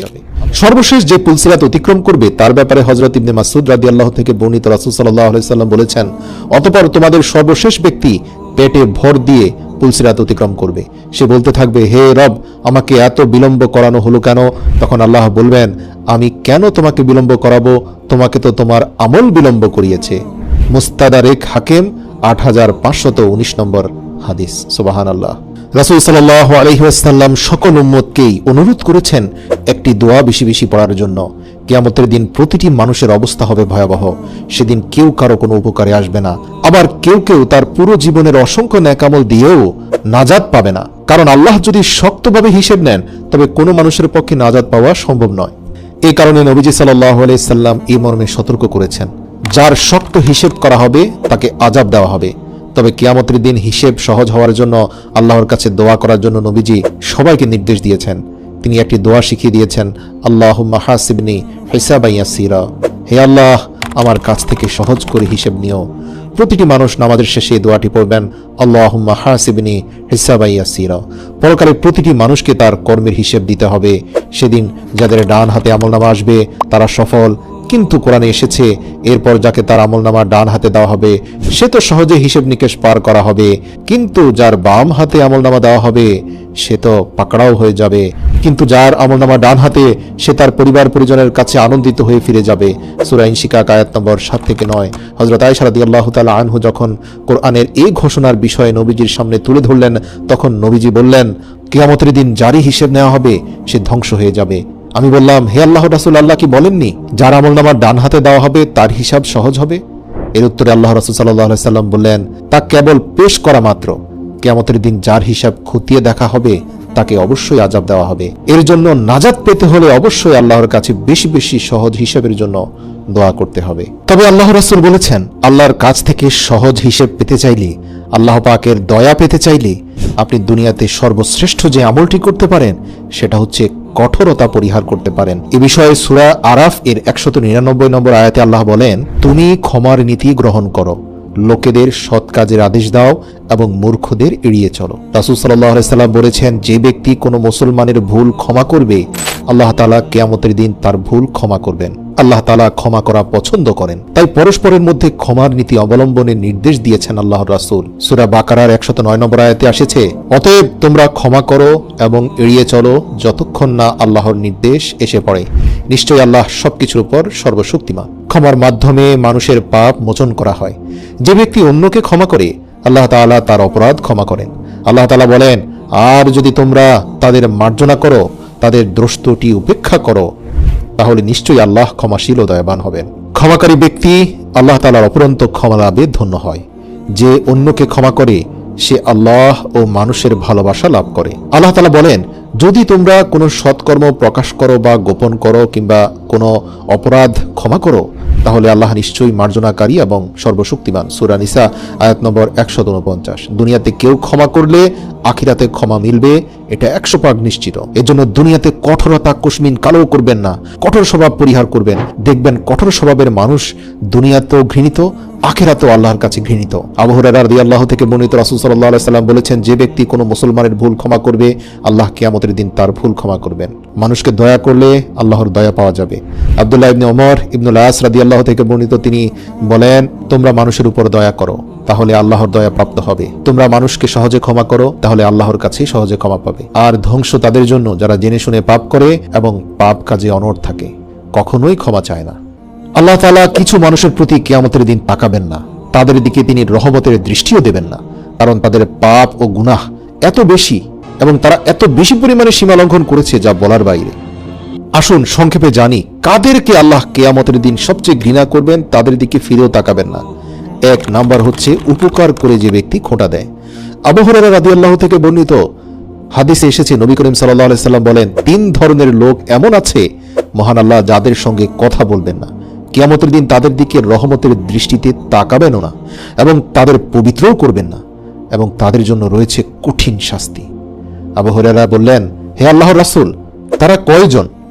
উত্তরে আল্লাহর রাসূল বললেন, 1 টাকনুর নিচে কাপড় পরিধানকারী, ব্যবসার সামগ্রী মিথ্যা শপথ দিয়ে বিক্রয়কারী, এই যেমন বিক্রয়ের সময় বলে অমুক এত বলে গিয়েছে, অথবা বলে 1 টাকাও লাভ হচ্ছে না, আমি লসে বিক্রি করছি, এরকম মিথ্যা বলে যে সকল বিক্রয়কারী ব্যবসা করে। এরপর আল্লাহর রাসূল বলেছেন, 3 নম্বর হচ্ছে ওই ব্যক্তি যে কিছু দান করার পর তা নিয়ে আবার খোঁটা দেয়। হাদিসে এসেছে, পোশাক পরে যে ব্যক্তি অহংকার করে তার দিকেও আল্লাহ তাআলা কিয়ামতের দিন তাকাবেন না। আব্দুল্লাহ ইবনে ওমর রাদিয়াল্লাহু থেকে বর্ণিত, মহান আল্লাহ কিয়ামতের দিন ওই ব্যক্তির দিকে রহমতের দৃষ্টিতে তাকাবেন না যে অহংকার বশত পোশাক প্রদর্শন করে বেড়াতো, দামি দামি পোশাক পরে মানুষের সামনে অহমিকা প্রদর্শন করত। 3 নম্বর হচ্ছে রুকু সিজদার মাঝে যে সোজা হয়ে দাঁড়ায় না। প্রিয় দর্শক, এই ভুলের ব্যাপারে আমরা অনেকেই উদাসীন, অথচ জানি না এই ভুলটির কারণে কিয়ামতের দিন আল্লাহ আপনার দিকে ফিরেও তাকাবেন না।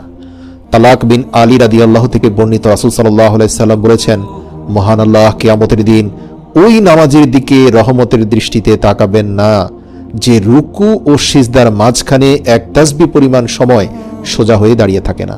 এটি তিরমিজি শরীফের 265 নম্বর হাদিস। প্রিয় দর্শক, বাঙালিদের মধ্যে হওয়ার হামেশাই দেখা যায়, এমনকি মসজিদেও এমন অনেক ভাইকে দেখা যায় যারা নামাজের মধ্যে রুকুর পরে এমনভাবে সিজদায় চলে যান যে সোজা হয়ে এক তাসবিহ পরিমাণ সময় তারা দাঁড়িয়ে থাকেন না, অথচ এটি ভয়ঙ্কর রকমের কবিরা গুনাহ। 4 নম্বর হচ্ছে টাকনুর নিচে কাপড় পরিধানকারী। আবু জাহর রাদিয়াল্লাহু থেকে বর্ণিত, নবী করিম সাল্লাল্লাহু আলাইহি সাল্লাম বলেন, মহান আল্লাহ কিয়ামতের দিন 3 ব্যক্তির সঙ্গে কথা বলবেন না, তাদের দিকে তাকাবেন না, তাদের সঙ্গে কোনো কথাও বলবেন না, তাদের পরিশুদ্ধতা প্রত্যয়ন করবেন না, তাদের জন্য রয়েছে বেদনাদায়ক শাস্তি। তারা হলো যেসব পুরুষ পায়ের গিরার নিচে কাপড় পরিধান করে, মিথ্যা শপথ করে পণ্য চালিয়ে দেয় এবং দান করে খোটা দেয়।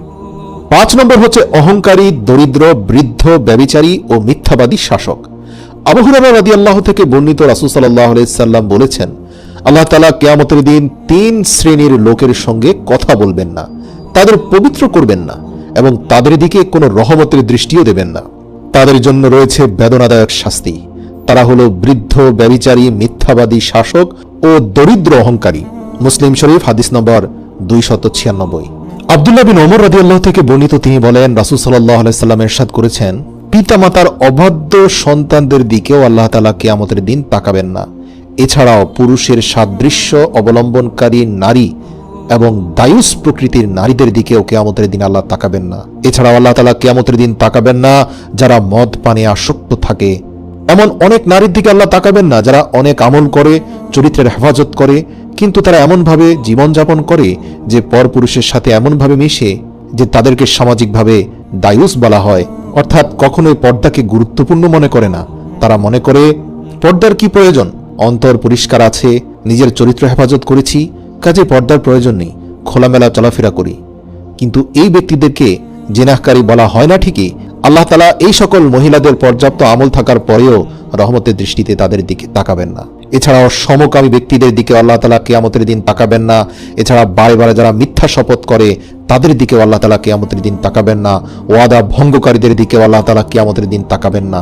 এ বিষয়ে সূরা আলে ইমরানের ৭৭ নম্বর আয়াতে আল্লাহ বলেন, নিশ্চয়ই যারা আল্লাহর সঙ্গে কৃত অঙ্গীকার এবং নিজেদের শপথকে তুচ্ছ মূল্যে বিক্রয় করে, এরা আখিরাতের কোনো অংশই পাবে না এবং আল্লাহ কিয়ামতের দিন তাদের সঙ্গে কথা বলবেন না, তাদের প্রতি দৃষ্টিপাত করবেন না এবং তাদের পবিত্র করবেন না।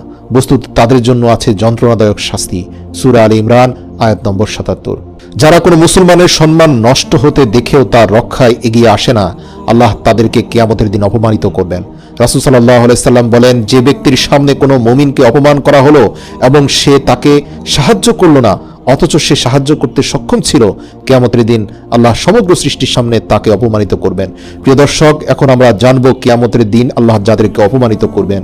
আমাদের লিস্টের 2 নম্বরে রয়েছে যারা লোক দেখানো আমল করত, যারা মানুষের প্রশংসা কুড়ানোর জন্য আমল করত, আল্লাহর ভয় অন্তরে ছিল না, শুধুমাত্র মানুষের প্রশংসা কুড়ানো, জনপ্রিয়তা পাওয়া, সেলিব্রিটি হওয়া, এসবের জন্যই যারা আমল করত, আল্লাহ তাআলা কিয়ামতের দিন ডেকে এনে এই সকল কথিত সেলিব্রিটিদেরকে অপমান করবেন। মানুষ দেখানোর জন্য বা প্রশংসায় ভাষার জন্য যারা আমল করত, কিয়ামতের দিন সমগ্র সৃষ্টির সামনে আল্লাহ তাআলা তা প্রকাশ করে দেবেন। আল বাজ্জার হাদিস নম্বর 2657। 3 নম্বর হচ্ছে অবিশ্বাসী ও মুনাফিক।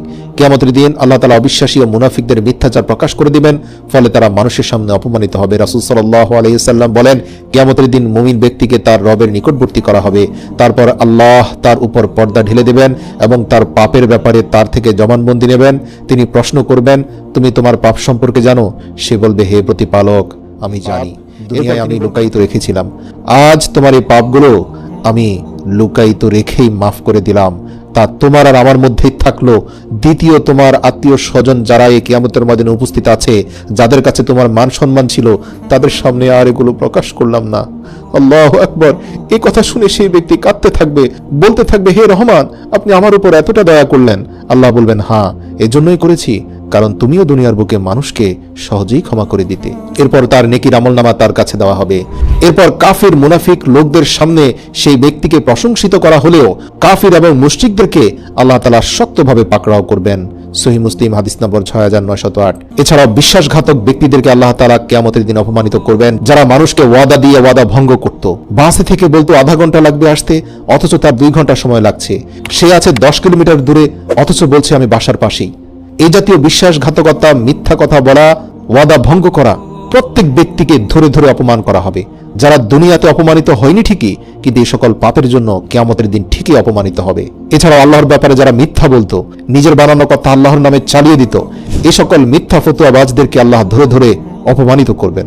এছাড়াও যারা দুনিয়ার বুকে কোর্ট কাচারিতে মিথ্যা সাক্ষ্য দিত, অথবা সত্য সাক্ষ্য গোপন করত, অথবা নিরপরাধকে অপরাধী সাব্যস্ত করে সাজার মুখোমুখি করত, মিথ্যা মামলা দিত, মিথ্যা চার্জশিট দিত, এই সকল অপরাধীদেরকে আল্লাহ তাআলা ধরে কিয়ামতের দিন অপমানিত করে জাহান্নামে নিক্ষেপ করবেন। এছাড়াও আল্লাহ তাআলা দাম্পত্য জীবনের গোপনীয়তা প্রকাশকারী ব্যক্তিদেরকেও কিয়ামতের দিন সবার সামনে উপস্থিত করে তাদেরকে চরম মাত্রায় শাস্তি দিবেন, অপমান করবেন।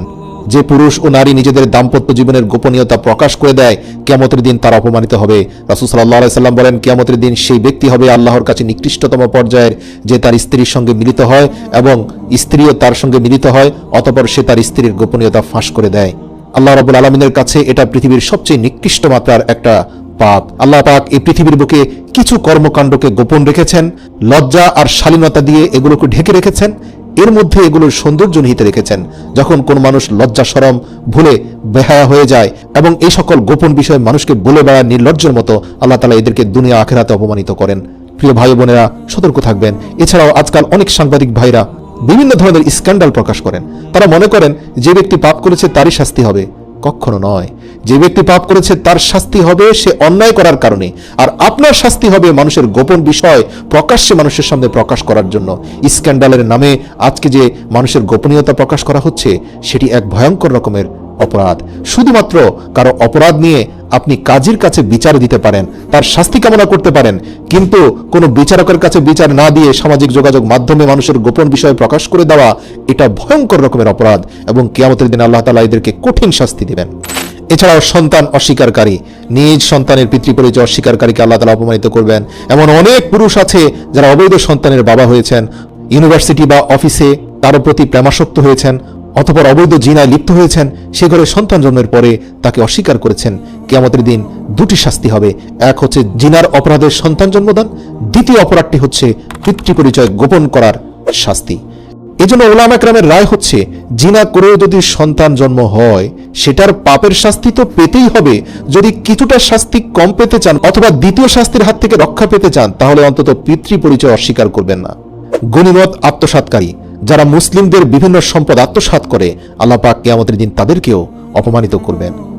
এছাড়াও স্ত্রীর পক্ষপাতিত্ব করা, যে সকল পুরুষের একাধিক স্ত্রী থাকে তারা যদি তাদের মধ্যে ইনসাফ এবং সমতা প্রতিষ্ঠা করতে না পারে, অথবা ছোট স্ত্রী বা সুন্দর স্ত্রীর প্রতি আধিক্যতা বা কোনো একজন বিশেষ স্ত্রীর প্রতি ঝুঁকে পড়ে, অন্যজনকে অবজ্ঞা অবহেলা করে, কিয়ামতের দিন আল্লাহ তাআলা তাদেরকে অপমানিত করবেন।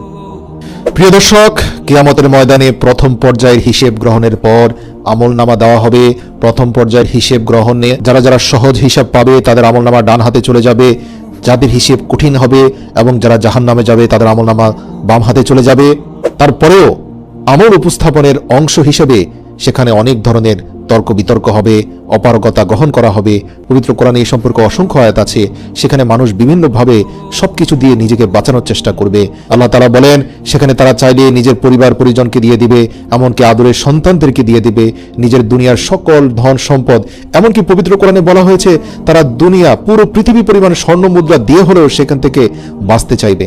তার মানে অনেক তর্ক বিতর্ক হবে। তারা আল্লাহ পাকের কাছ থেকে বিভিন্ন কৌশল করে বিভিন্ন কৌশল অবলম্বন করবে বাঁচার জন্য।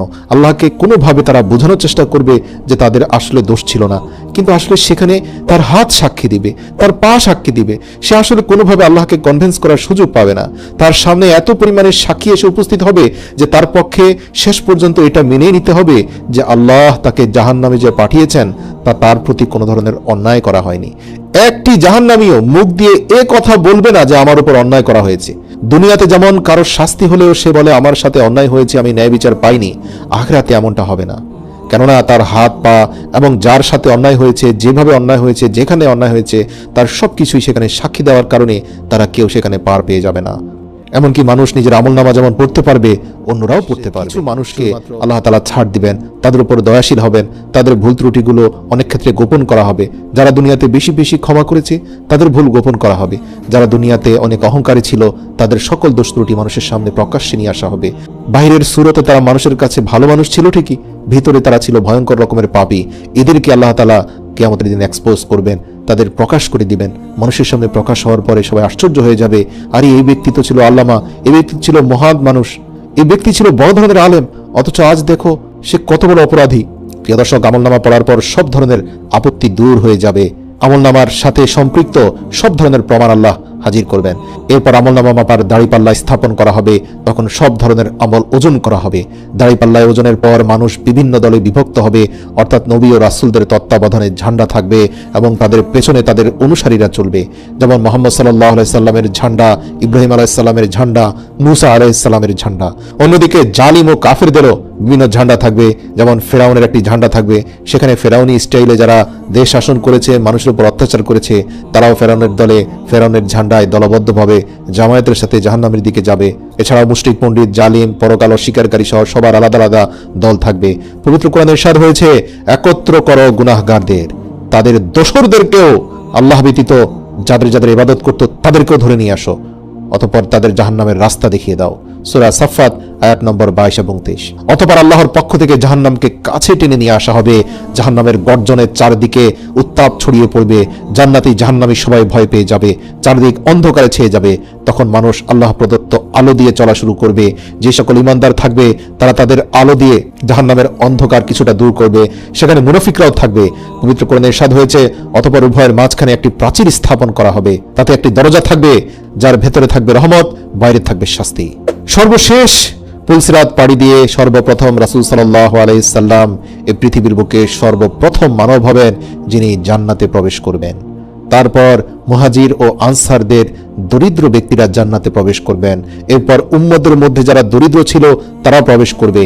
সম্পদের হিসেবের কারণে ধনীরা বিলম্বে প্রবেশ করবে আর গরিবরা দ্রুত জান্নাতে প্রবেশ করবে। আল্লাহু আকবার, সুবহানাল্লাহ। প্রিয় দর্শক, জান্নাত এমন অনিন্দ সুন্দর আবাস যা কোনোদিন কেউ চোখে দেখেনি, কোনো কান শোনেনি এবং কোনো অন্তঃকরণ তা সম্পর্কে কল্পনাও করতে পারেনি। আল্লাহ তাআলার অশেষ অফুরান নেয়ামত রেখে দিয়েছেন সেই জান্নাতে। জান্নাতে যে যাবে সে জান্নাত থেকে কখনোই বের হতে চাইবে না, চিরকাল জান্নাতই হবে তার ঠিকানা।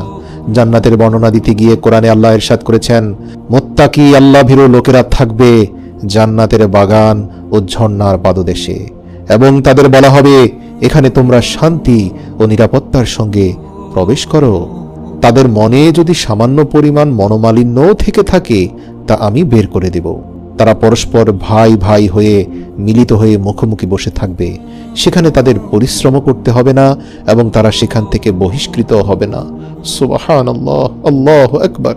এই আয়াতের ব্যাখ্যায় উলামায়ে কেরামগণ বলেন, দুনিয়াতে দুজন জান্নাতীর মধ্যে যদি মনোমালিন্য থাকে, কারণ এমনটা হয়ে থাকে, দুজন দিনী ভাইয়ের মধ্যে বিভিন্ন বিষয় নিয়ে তর্ক বিতর্ক হতে পারে, ছোটখাটো বিষয় নিয়ে বাদানুবাদ হতে পারে, কিন্তু উভয়ে যদি জান্নাতে যেতেও পারে, তাহলে জান্নাতে গিয়েও কিন্তু সেই বাদানুবাদ বা মনোমালিন্য আল্লাহ অন্তর থেকে ধুয়ে মুছে সাফ করে দিবেন।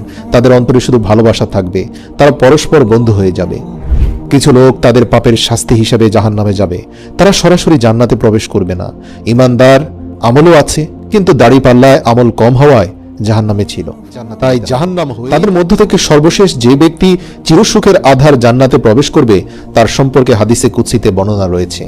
আব্দুল্লাহ ইবনে মাসউদ রাদিয়াল্লাহু থেকে বর্ণিত, রাসূল সাল্লাল্লাহু আলাইহি সাল্লাম বলেছেন, আমি অবশ্যই চিনি জাহান্নাম থেকে সর্বশেষ মুক্তি লাভকারী ব্যক্তিটিকে আমি চিনি। আল্লাহ রাসূল বলেন, সে ব্যক্তি জাহান্নামের দীর্ঘ কষ্ট যন্ত্রণা সহ্য করার পর যখন মুক্তি পাবে তাকে এক পরিশুদ্ধ পানিতে নিক্ষেপ করা হবে। সেখান থেকে গোসল করে ওঠার পর জাহান্নামের শাস্তি থেকে তৈরি তার শরীরের সকল ঘা মুছে যাবে এবং সে পরিশুদ্ধ একজন মানুষ হয়ে যাবে। আল্লাহ তাআলা তাকে বলবেন, যাও জান্নাতে প্রবেশ করো। সে জান্নাতের কাছে যাবে এবং জান্নাত তাকে বলবে, আমি পরিপূর্ণ। সে ফিরে এসে বলবে, হে আমার রব, আমি তো জান্নাতকে পরিপূর্ণ পেয়েছি। অতঃপর আল্লাহ তাআলা তাকে বলবেন, যাও জান্নাতে প্রবেশ করো। অতঃপর সে জান্নাতের কাছে আসবে এবং তাকে পুনরায় বলা হবে জান্নাত পরিপূর্ণ। সে ফিরে এসে বলবে, হে আল্লাহ, আমি জান্নাতের কাছে যতবারই যাচ্ছি তা তো আমাকে শুধু পূর্ণতা দেখাচ্ছে, আমার জন্য সেখানে কোনো স্থান নেই। অতঃপর আল্লাহ তাআলা বলবেন, যাও জান্নাতে প্রবেশ করো।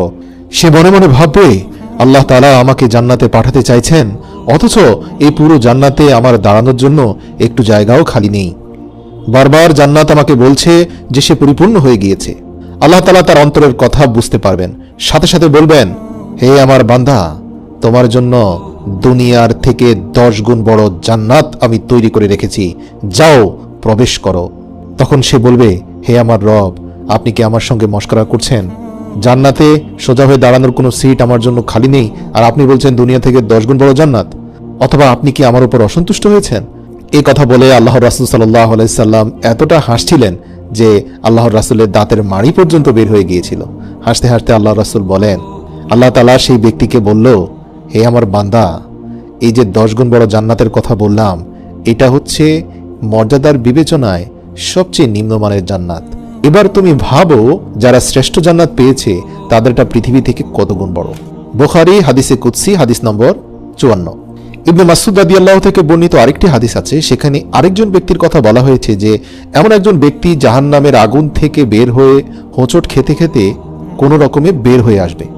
তার পুরো শরীর আগুন ঝলসে গিয়েছে, কিন্তু আল্লাহ রাব্বুল আলামিনের বরকতের পানির উপর দিয়ে যখন সে অতিক্রম করবে, তখন সে তার দিকে ফিরে তাকাবে। অতঃপর বলবে, বরকতময় সে সত্তা যিনি আমাকে এই জাহান্নাম থেকে নাজাত দিয়েছেন, নিশ্চয়ই আল্লাহ আমাকে এমন বস্তু দান করেছেন যা পূর্বের কাউকে দান করেনি, অথচ তাকে কিন্তু এখনো জান্নাত দেওয়া হয়নি। সে শুধুমাত্র জাহান্নাম থেকে মুক্তি পেয়ে বরকতময় পানিতে এসে উপস্থিত হয়েছে। অতঃপর তার জন্য একটি গাছ প্রকাশ করা হবে। সে বলবে, হে আমার রব, আমাকে এই গাছের নিকটবর্তী করুন, যেন তার ছায়া গ্রহণ করতে পারি এবং তার পানি পান করতে পারি। আল্লাহ তাআলা বলবেন, হে আদম সন্তান, যদি আমি তোমাকে ওটা দান করি, হয়তো তুমি তারপরে আবার অন্য কিছু চাইবে। সে বলল, না আমার রব, আমি আর কিছুই চাইব না। অনন্তর এক জীবন আমি জাহান্নামের আগুনে ঝলসে গিয়েছি, এখন শুধু আমার একটি গাছের নিচে আশ্রয় হলেই হয়। এ সময় সে ওয়াদা করে বলবে, এছাড়া আমি আর কখনোই কিছু চাইব না। এরপর আল্লাহ তাআলা তাকে সে গাছের নিচে আশ্রয় নেওয়ার সুযোগ করে দিবেন। কিন্তু তার পরক্ষণেই সে গাছের নিচ থেকে এমন কোনো দৃশ্য আল্লাহ তার সামনে উন্মুক্ত করে দিবেন, যার কারণে সে গাছের নিচে বসে থাকা তার জন্য সহজ হবে না। তার জন্য গাছের নিচে ধৈর্য ধারণ করা হয়ে পড়বে অসম্ভব। এরপর সে বলবে, হে আমার রব, এই গাছ থেকেও একটু দূরে যেই সৌন্দর্যময় গাছ রয়েছে, আমি তার ছায়ায় যেতে চাই এবং তার নিচে যে পানির ফোয়ারা রয়েছে সেখান থেকে বিশুদ্ধ পানি পান করে আমি প্রশান্তি পেতে চাই। এরপর আল্লাহ বলবেন, কিন্তু তুমি তো পূর্বে বলেছিলে তুমি বর্তমান গাছের ছায়া ব্যতীত আর কিছুই চাও না।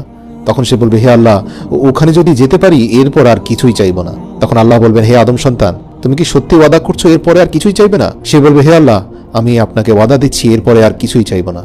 এরপর আল্লাহ রাব্বুল আলামিন তাকে ছাড় দিবেন। সে অধিকতর সৌন্দর্যমণ্ডিত গাছের ছায়া যাবে, যার নিচে পানির ফোয়ারা রয়েছে। সেখানে গিয়ে বরকতময় পানি পান করে তার অন্তরাত্মা প্রশান্ত হবে। সে বলবে, নিঃসন্দেহে আল্লাহর জান্নাত অনেক সুন্দর, অথচ সে এখনো জান্নাতের ধারে কাছেও যায়নি। একটু পরে তার সামনে এমন একটি বাগানের দরজা উন্মুক্ত হবে, যার ভেতরে এই গাছের চেয়েও 1000 গুণ সুন্দর দুটি গাছের অবয়ব দূর থেকে বোঝা যাচ্ছে এবং যা পূর্বের দুটি গাছ থেকে অধিকতর সুন্দর। সে বলবে, হে আমার রব, আমাকে ও গাছের নিকটবর্তী করুন, আমি তার ছায়া গ্রহণ করব ও তার পানি পান করব, এছাড়া আর কিছুই চাইব না। তখন আল্লাহ বলবেন, হে আদম সন্তান, তুমি তো এ পর্যন্ত দুবার ওয়াদা ভঙ্গ করেছ।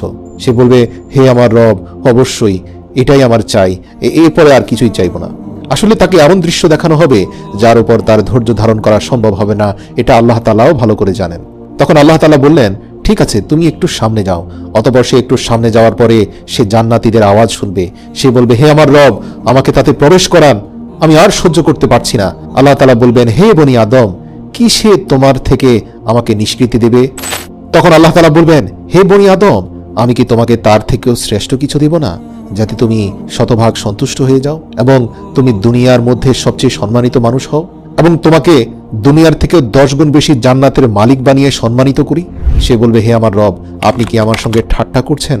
অথচ আপনি উভয় জাহানের রব। আল্লাহর রাসূল হাসতে হাসতে বলেন, অতঃপর আল্লাহ তাআলা বলেন, যাও প্রবেশ করো, নিঃসন্দেহে ওই দরজা দিয়ে প্রবেশ করার পরেই তুমি দুনিয়ার থেকে 10 গুণ বড় জান্নাতের সন্ধান পাবে, যেটা শুধু তোমার জন্য আমি দান করেছি। আল্লাহু আকবার, সুবহানাল্লাহ। কোরআন ও হাদিসের বর্ণনা অনুসারে মানুষ কিয়ামতের দিন হিসেবের পর জান্নাতে প্রবেশ করেছেন। তবে অথবা কিয়ামতের আগে কেউ কি জান্নাতে প্রবেশ করবে তা নিয়ে সামান্য ব্যাখ্যা রয়েছে। জান্নাতে প্রবেশ দুইভাবে হতে পারে। এক, শুধু আত্মিকভাবে। হাদিসের বর্ণনা অনুসারে মৃত্যুর পর নবী ও শহীদদের রূহ জান্নাতে থাকে। দুই, শারীরিক ও আত্মিকভাবে। শারীরিক আর আত্মিকভাবে এই মুহূর্তে জান্নাতে প্রবেশ করা কোনোভাবেই সম্ভব নয়। সেটা শুধুমাত্র কিয়ামতের ময়দানে হিসেব নিকেশের পরেই মানুষ প্রবেশ করতে পারবে। আর পৃথিবীর সর্বপ্রথম যে ব্যক্তি শারীরিক এবং আত্মিকভাবে জান্নাতে প্রবেশ করবেন তিনি হবেন হযরত মুহাম্মদ সাল্লাল্লাহু আলাইহি সাল্লাম। আর সেটা কিয়ামতের পর ছাড়া কখনোই উন্মুক্ত করা হবে না।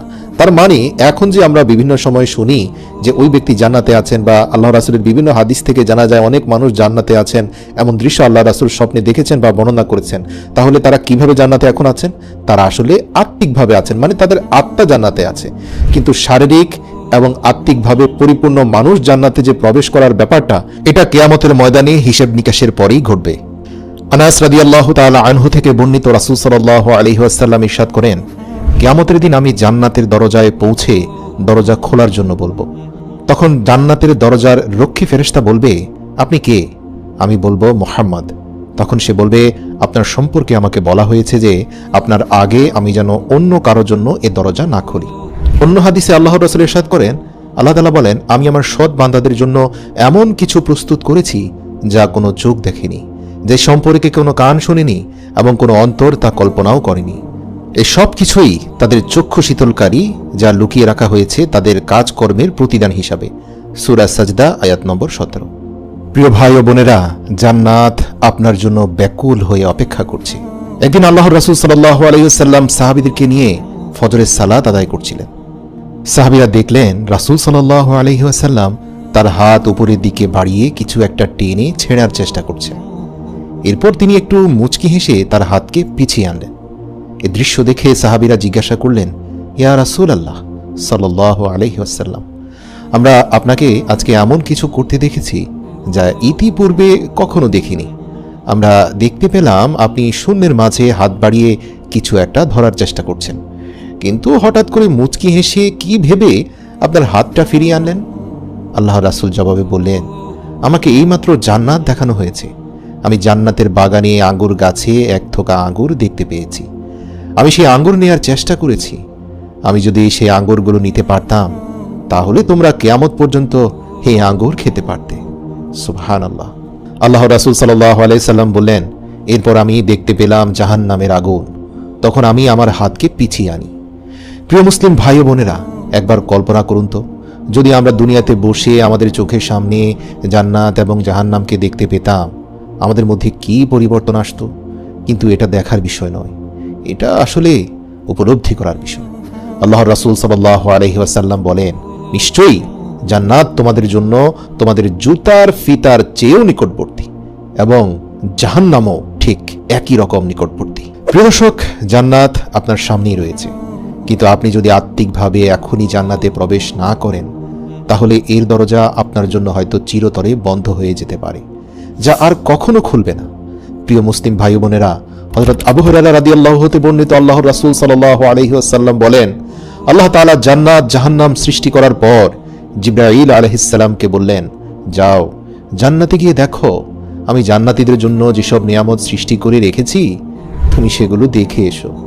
জিবরাইল আলাইহিস সালাম জান্নাতে গিয়ে আল্লাহ তাআলার সৃষ্টিকৃত সমস্ত কিছু দেখলেন এবং আল্লাহর নিকট ফিরে এসে বললেন, আপনার সম্মানের শপথ, যে কেউ জান্নাতের সুখ স্বাচ্ছন্দ্য প্রসঙ্গে শুনবে সেই তাতে প্রবেশের চেষ্টা করবে। তারপর আল্লাহর আদেশে দুঃখ কষ্ট মুসিবত দ্বারা জান্নাতকে ঘিরে দেয়া হলো।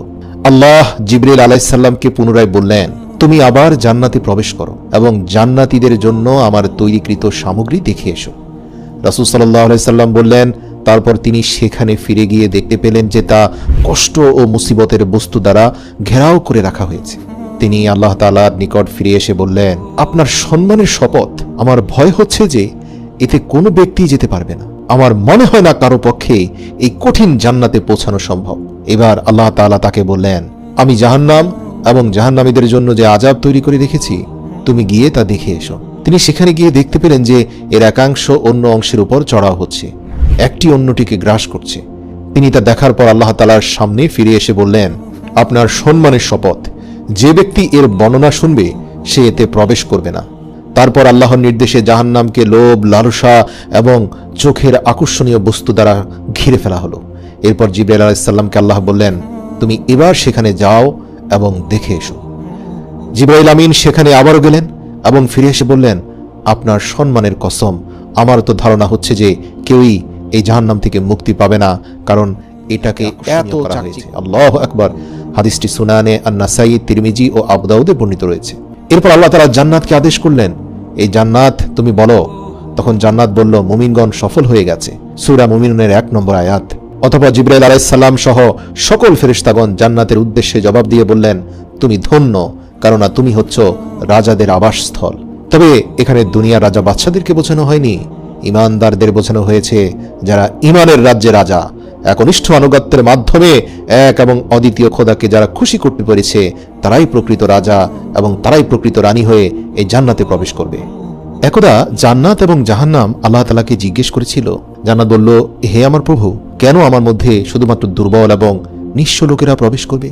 এবং জাহান্নাম বলল, হে আমার প্রভু, আমার ভেতরে কেন শুধুমাত্র অহংকারী এবং দাম্ভিক শক্তিশালী লোকেরা প্রবেশ করবে? আল্লাহ তাআলা জান্নাতকে বললেন, হে জান্নাত, তুমি হচ্ছ আমার দয়া ও রহমত। আমি যাদেরকে আমার দয়া এবং রহমত প্রদর্শন করতে চাই, তাদেরকে আমি তোমার মাধ্যমে তা দেখাবো। এরপর আল্লাহ তাআলা জাহান্নামকে উদ্দেশ্য করে বললেন, হে জাহান্নাম, তুই হচ্ছিস আমার ক্রোধ এবং শাস্তি। আমি যাকে শাস্তি দিতে চাই তাকে তোর মাধ্যমে শাস্তি দেব। প্রিয় দর্শক, এখন জান্নাত এবং জাহান্নাম উভয়ে অধীর আগ্রহে সেই দিনের জন্য অপেক্ষা করছে। এবং আপনি যখন তাদের উভয়কে নিয়ে কোনো দোয়া করেন, তখন জান্নাত এবং জাহান্নাম উভয়ে সাড়া দেয়। আল্লাহর রাসূল সাল্লাল্লাহু আলাইহি ওয়াসাল্লাম বলেন, এমন কোনো দিন নেই যেদিন জান্নাত এবং জাহান্নাম উভয় আল্লাহ তাআলার কাছে তাদের অধিবাসী যারা হবে তাদের বিষয়ে প্রশ্ন না করে। জান্নাত বলে, হে আমার রব, আমার বাগানের ফলগুলো পেকে গিয়েছে, আমার নদীগুলো প্রবাহিত হচ্ছে, আমি আমার বন্ধুদের জন্য আর অপেক্ষা করতে পারছি না, আমার বাসিন্দাদেরকে তাড়াতাড়ি আমার কাছে প্রেরণ করুন। জাহান্নাম বলে, হে আমার প্রভু, আমার উত্তাপ অত্যন্ত তীব্র হয়ে উঠেছে, আমার গভীরতা আরো বৃদ্ধি পেয়েছে এবং আমার অগ্নিশিখা প্রচণ্ড ক্রোধে ফেটে যাচ্ছে, তাই আমার লোকদেরকে দ্রুত আমার কাছে নিয়ে আসুন। আল্লাহ তাআলা আমাদেরকে জান্নাতীদের মধ্যে শামিল করুক, আমিন। প্রিয় মুসলিম ভাই ও বোনেরা, আল্লাহ তাআলার দয়ার কথা একবার চিন্তা করুন। যখন জান্নাত এবং জাহান্নাম তারা উভয়ে কথা বলে, তখন তারা উভয়ে ঈমানদারদের জন্য কল্যাণকর দোয়া করে, তারা উভয়ে ন্যাক আমলকারীদের জন্য দোয়া করে। আল্লাহ রাসূল সাল্লাল্লাহু আলাইহি সাল্লাম বলেন, যখনই কোনো মুমিন ব্যক্তি আল্লাহর কাছে 3 বার জান্নাত চেয়ে দোয়া করে, তখন জান্নাত সাড়া দিয়ে বলে, হে আল্লাহ, তাকে জান্নাতে প্রবেশ করান। আর কোনো মুমিন যখনই 3 বার জাহান্নামের আগুন থেকে আশ্রয় চায়, তখন জাহান্নাম বলে, হে আল্লাহ, তাকে জাহান্নামের হাত থেকে রক্ষা করুন। অতএব জান্নাত এবং জাহান্নাম উভয়ে আপনার জন্য কল্যাণের দোয়া করে, তবে জান্নাত আপনার জন্য প্রস্তুত হয়ে অপেক্ষা করছে। হযরত উবাই ইবনে কাব রাদিয়াল্লাহু বলেন, সাধারণত প্রত্যেক সময় যখনই আল্লাহ তাআলা জান্নাতের দিকে তাকান, আল্লাহ তাআলা জান্নাতকে বলেন, তুমি নিজেকে তোমার অধিবাসীদের জন্য সুসজ্জিত করো। এবং জান্নাত প্রতিটি মুহূর্তে নিজের সৌন্দর্য বৃদ্ধি করে চলেছে এবং এটা চলতেই থাকবে যতক্ষণ পর্যন্ত না মুমিন বান্দারা এর মধ্যে প্রবেশ করবে। সুপ্রিয় দর্শক, আপনারা কি জানেন জান্নাতও রমজান মাসকে পছন্দ করে? এটি তার প্রিয় মাস। আল্লাহ রাসূল সাল্লাল্লাহু আলাইহি সাল্লাম বলেন, যখন রমজান মাস আসে, জান্নাতের দরজাসমূহ খুলে দেওয়া হয় এবং জাহান্নামের দরজাগুলো বন্ধ করে দেওয়া হয় এবং শয়তানকে শিকলে শৃঙ্খলাবদ্ধ করা হয়। মহিমান্বিত এই রমজান মাসের একটি রাতও এমন অতিবাহিত হয় না যখন জান্নাতের দরজাগুলো প্রশস্ত হয়, আর আল্লাহ আপনার জন্য জান্নাতকে আরও সুন্দর করে দেন এবং সে আপনাকে প্রার্থনা জানানোর জন্য অধীর আগ্রহে অপেক্ষা করছে। প্রিয় মুসলিম ভাই ও বোনেরা, কিন্তু আমরা নিজেরা জান্নাতে প্রবেশের জন্য কতটা অধীর আগ্রহ নিয়ে অপেক্ষা করছি? আল্লাহ রাসূল সাল্লাল্লাহু আলাইহি সাল্লাম বলেন, হে ঈমানদারেরা, আল্লাহর কাছে যত বেশি সম্ভব জান্নাত চেয়ে নাও এবং জাহান্নাম থেকে বেশি বেশি আল্লাহর কাছে আশ্রয় চেয়ে নাও, যতটা তোমার পক্ষে সম্ভব।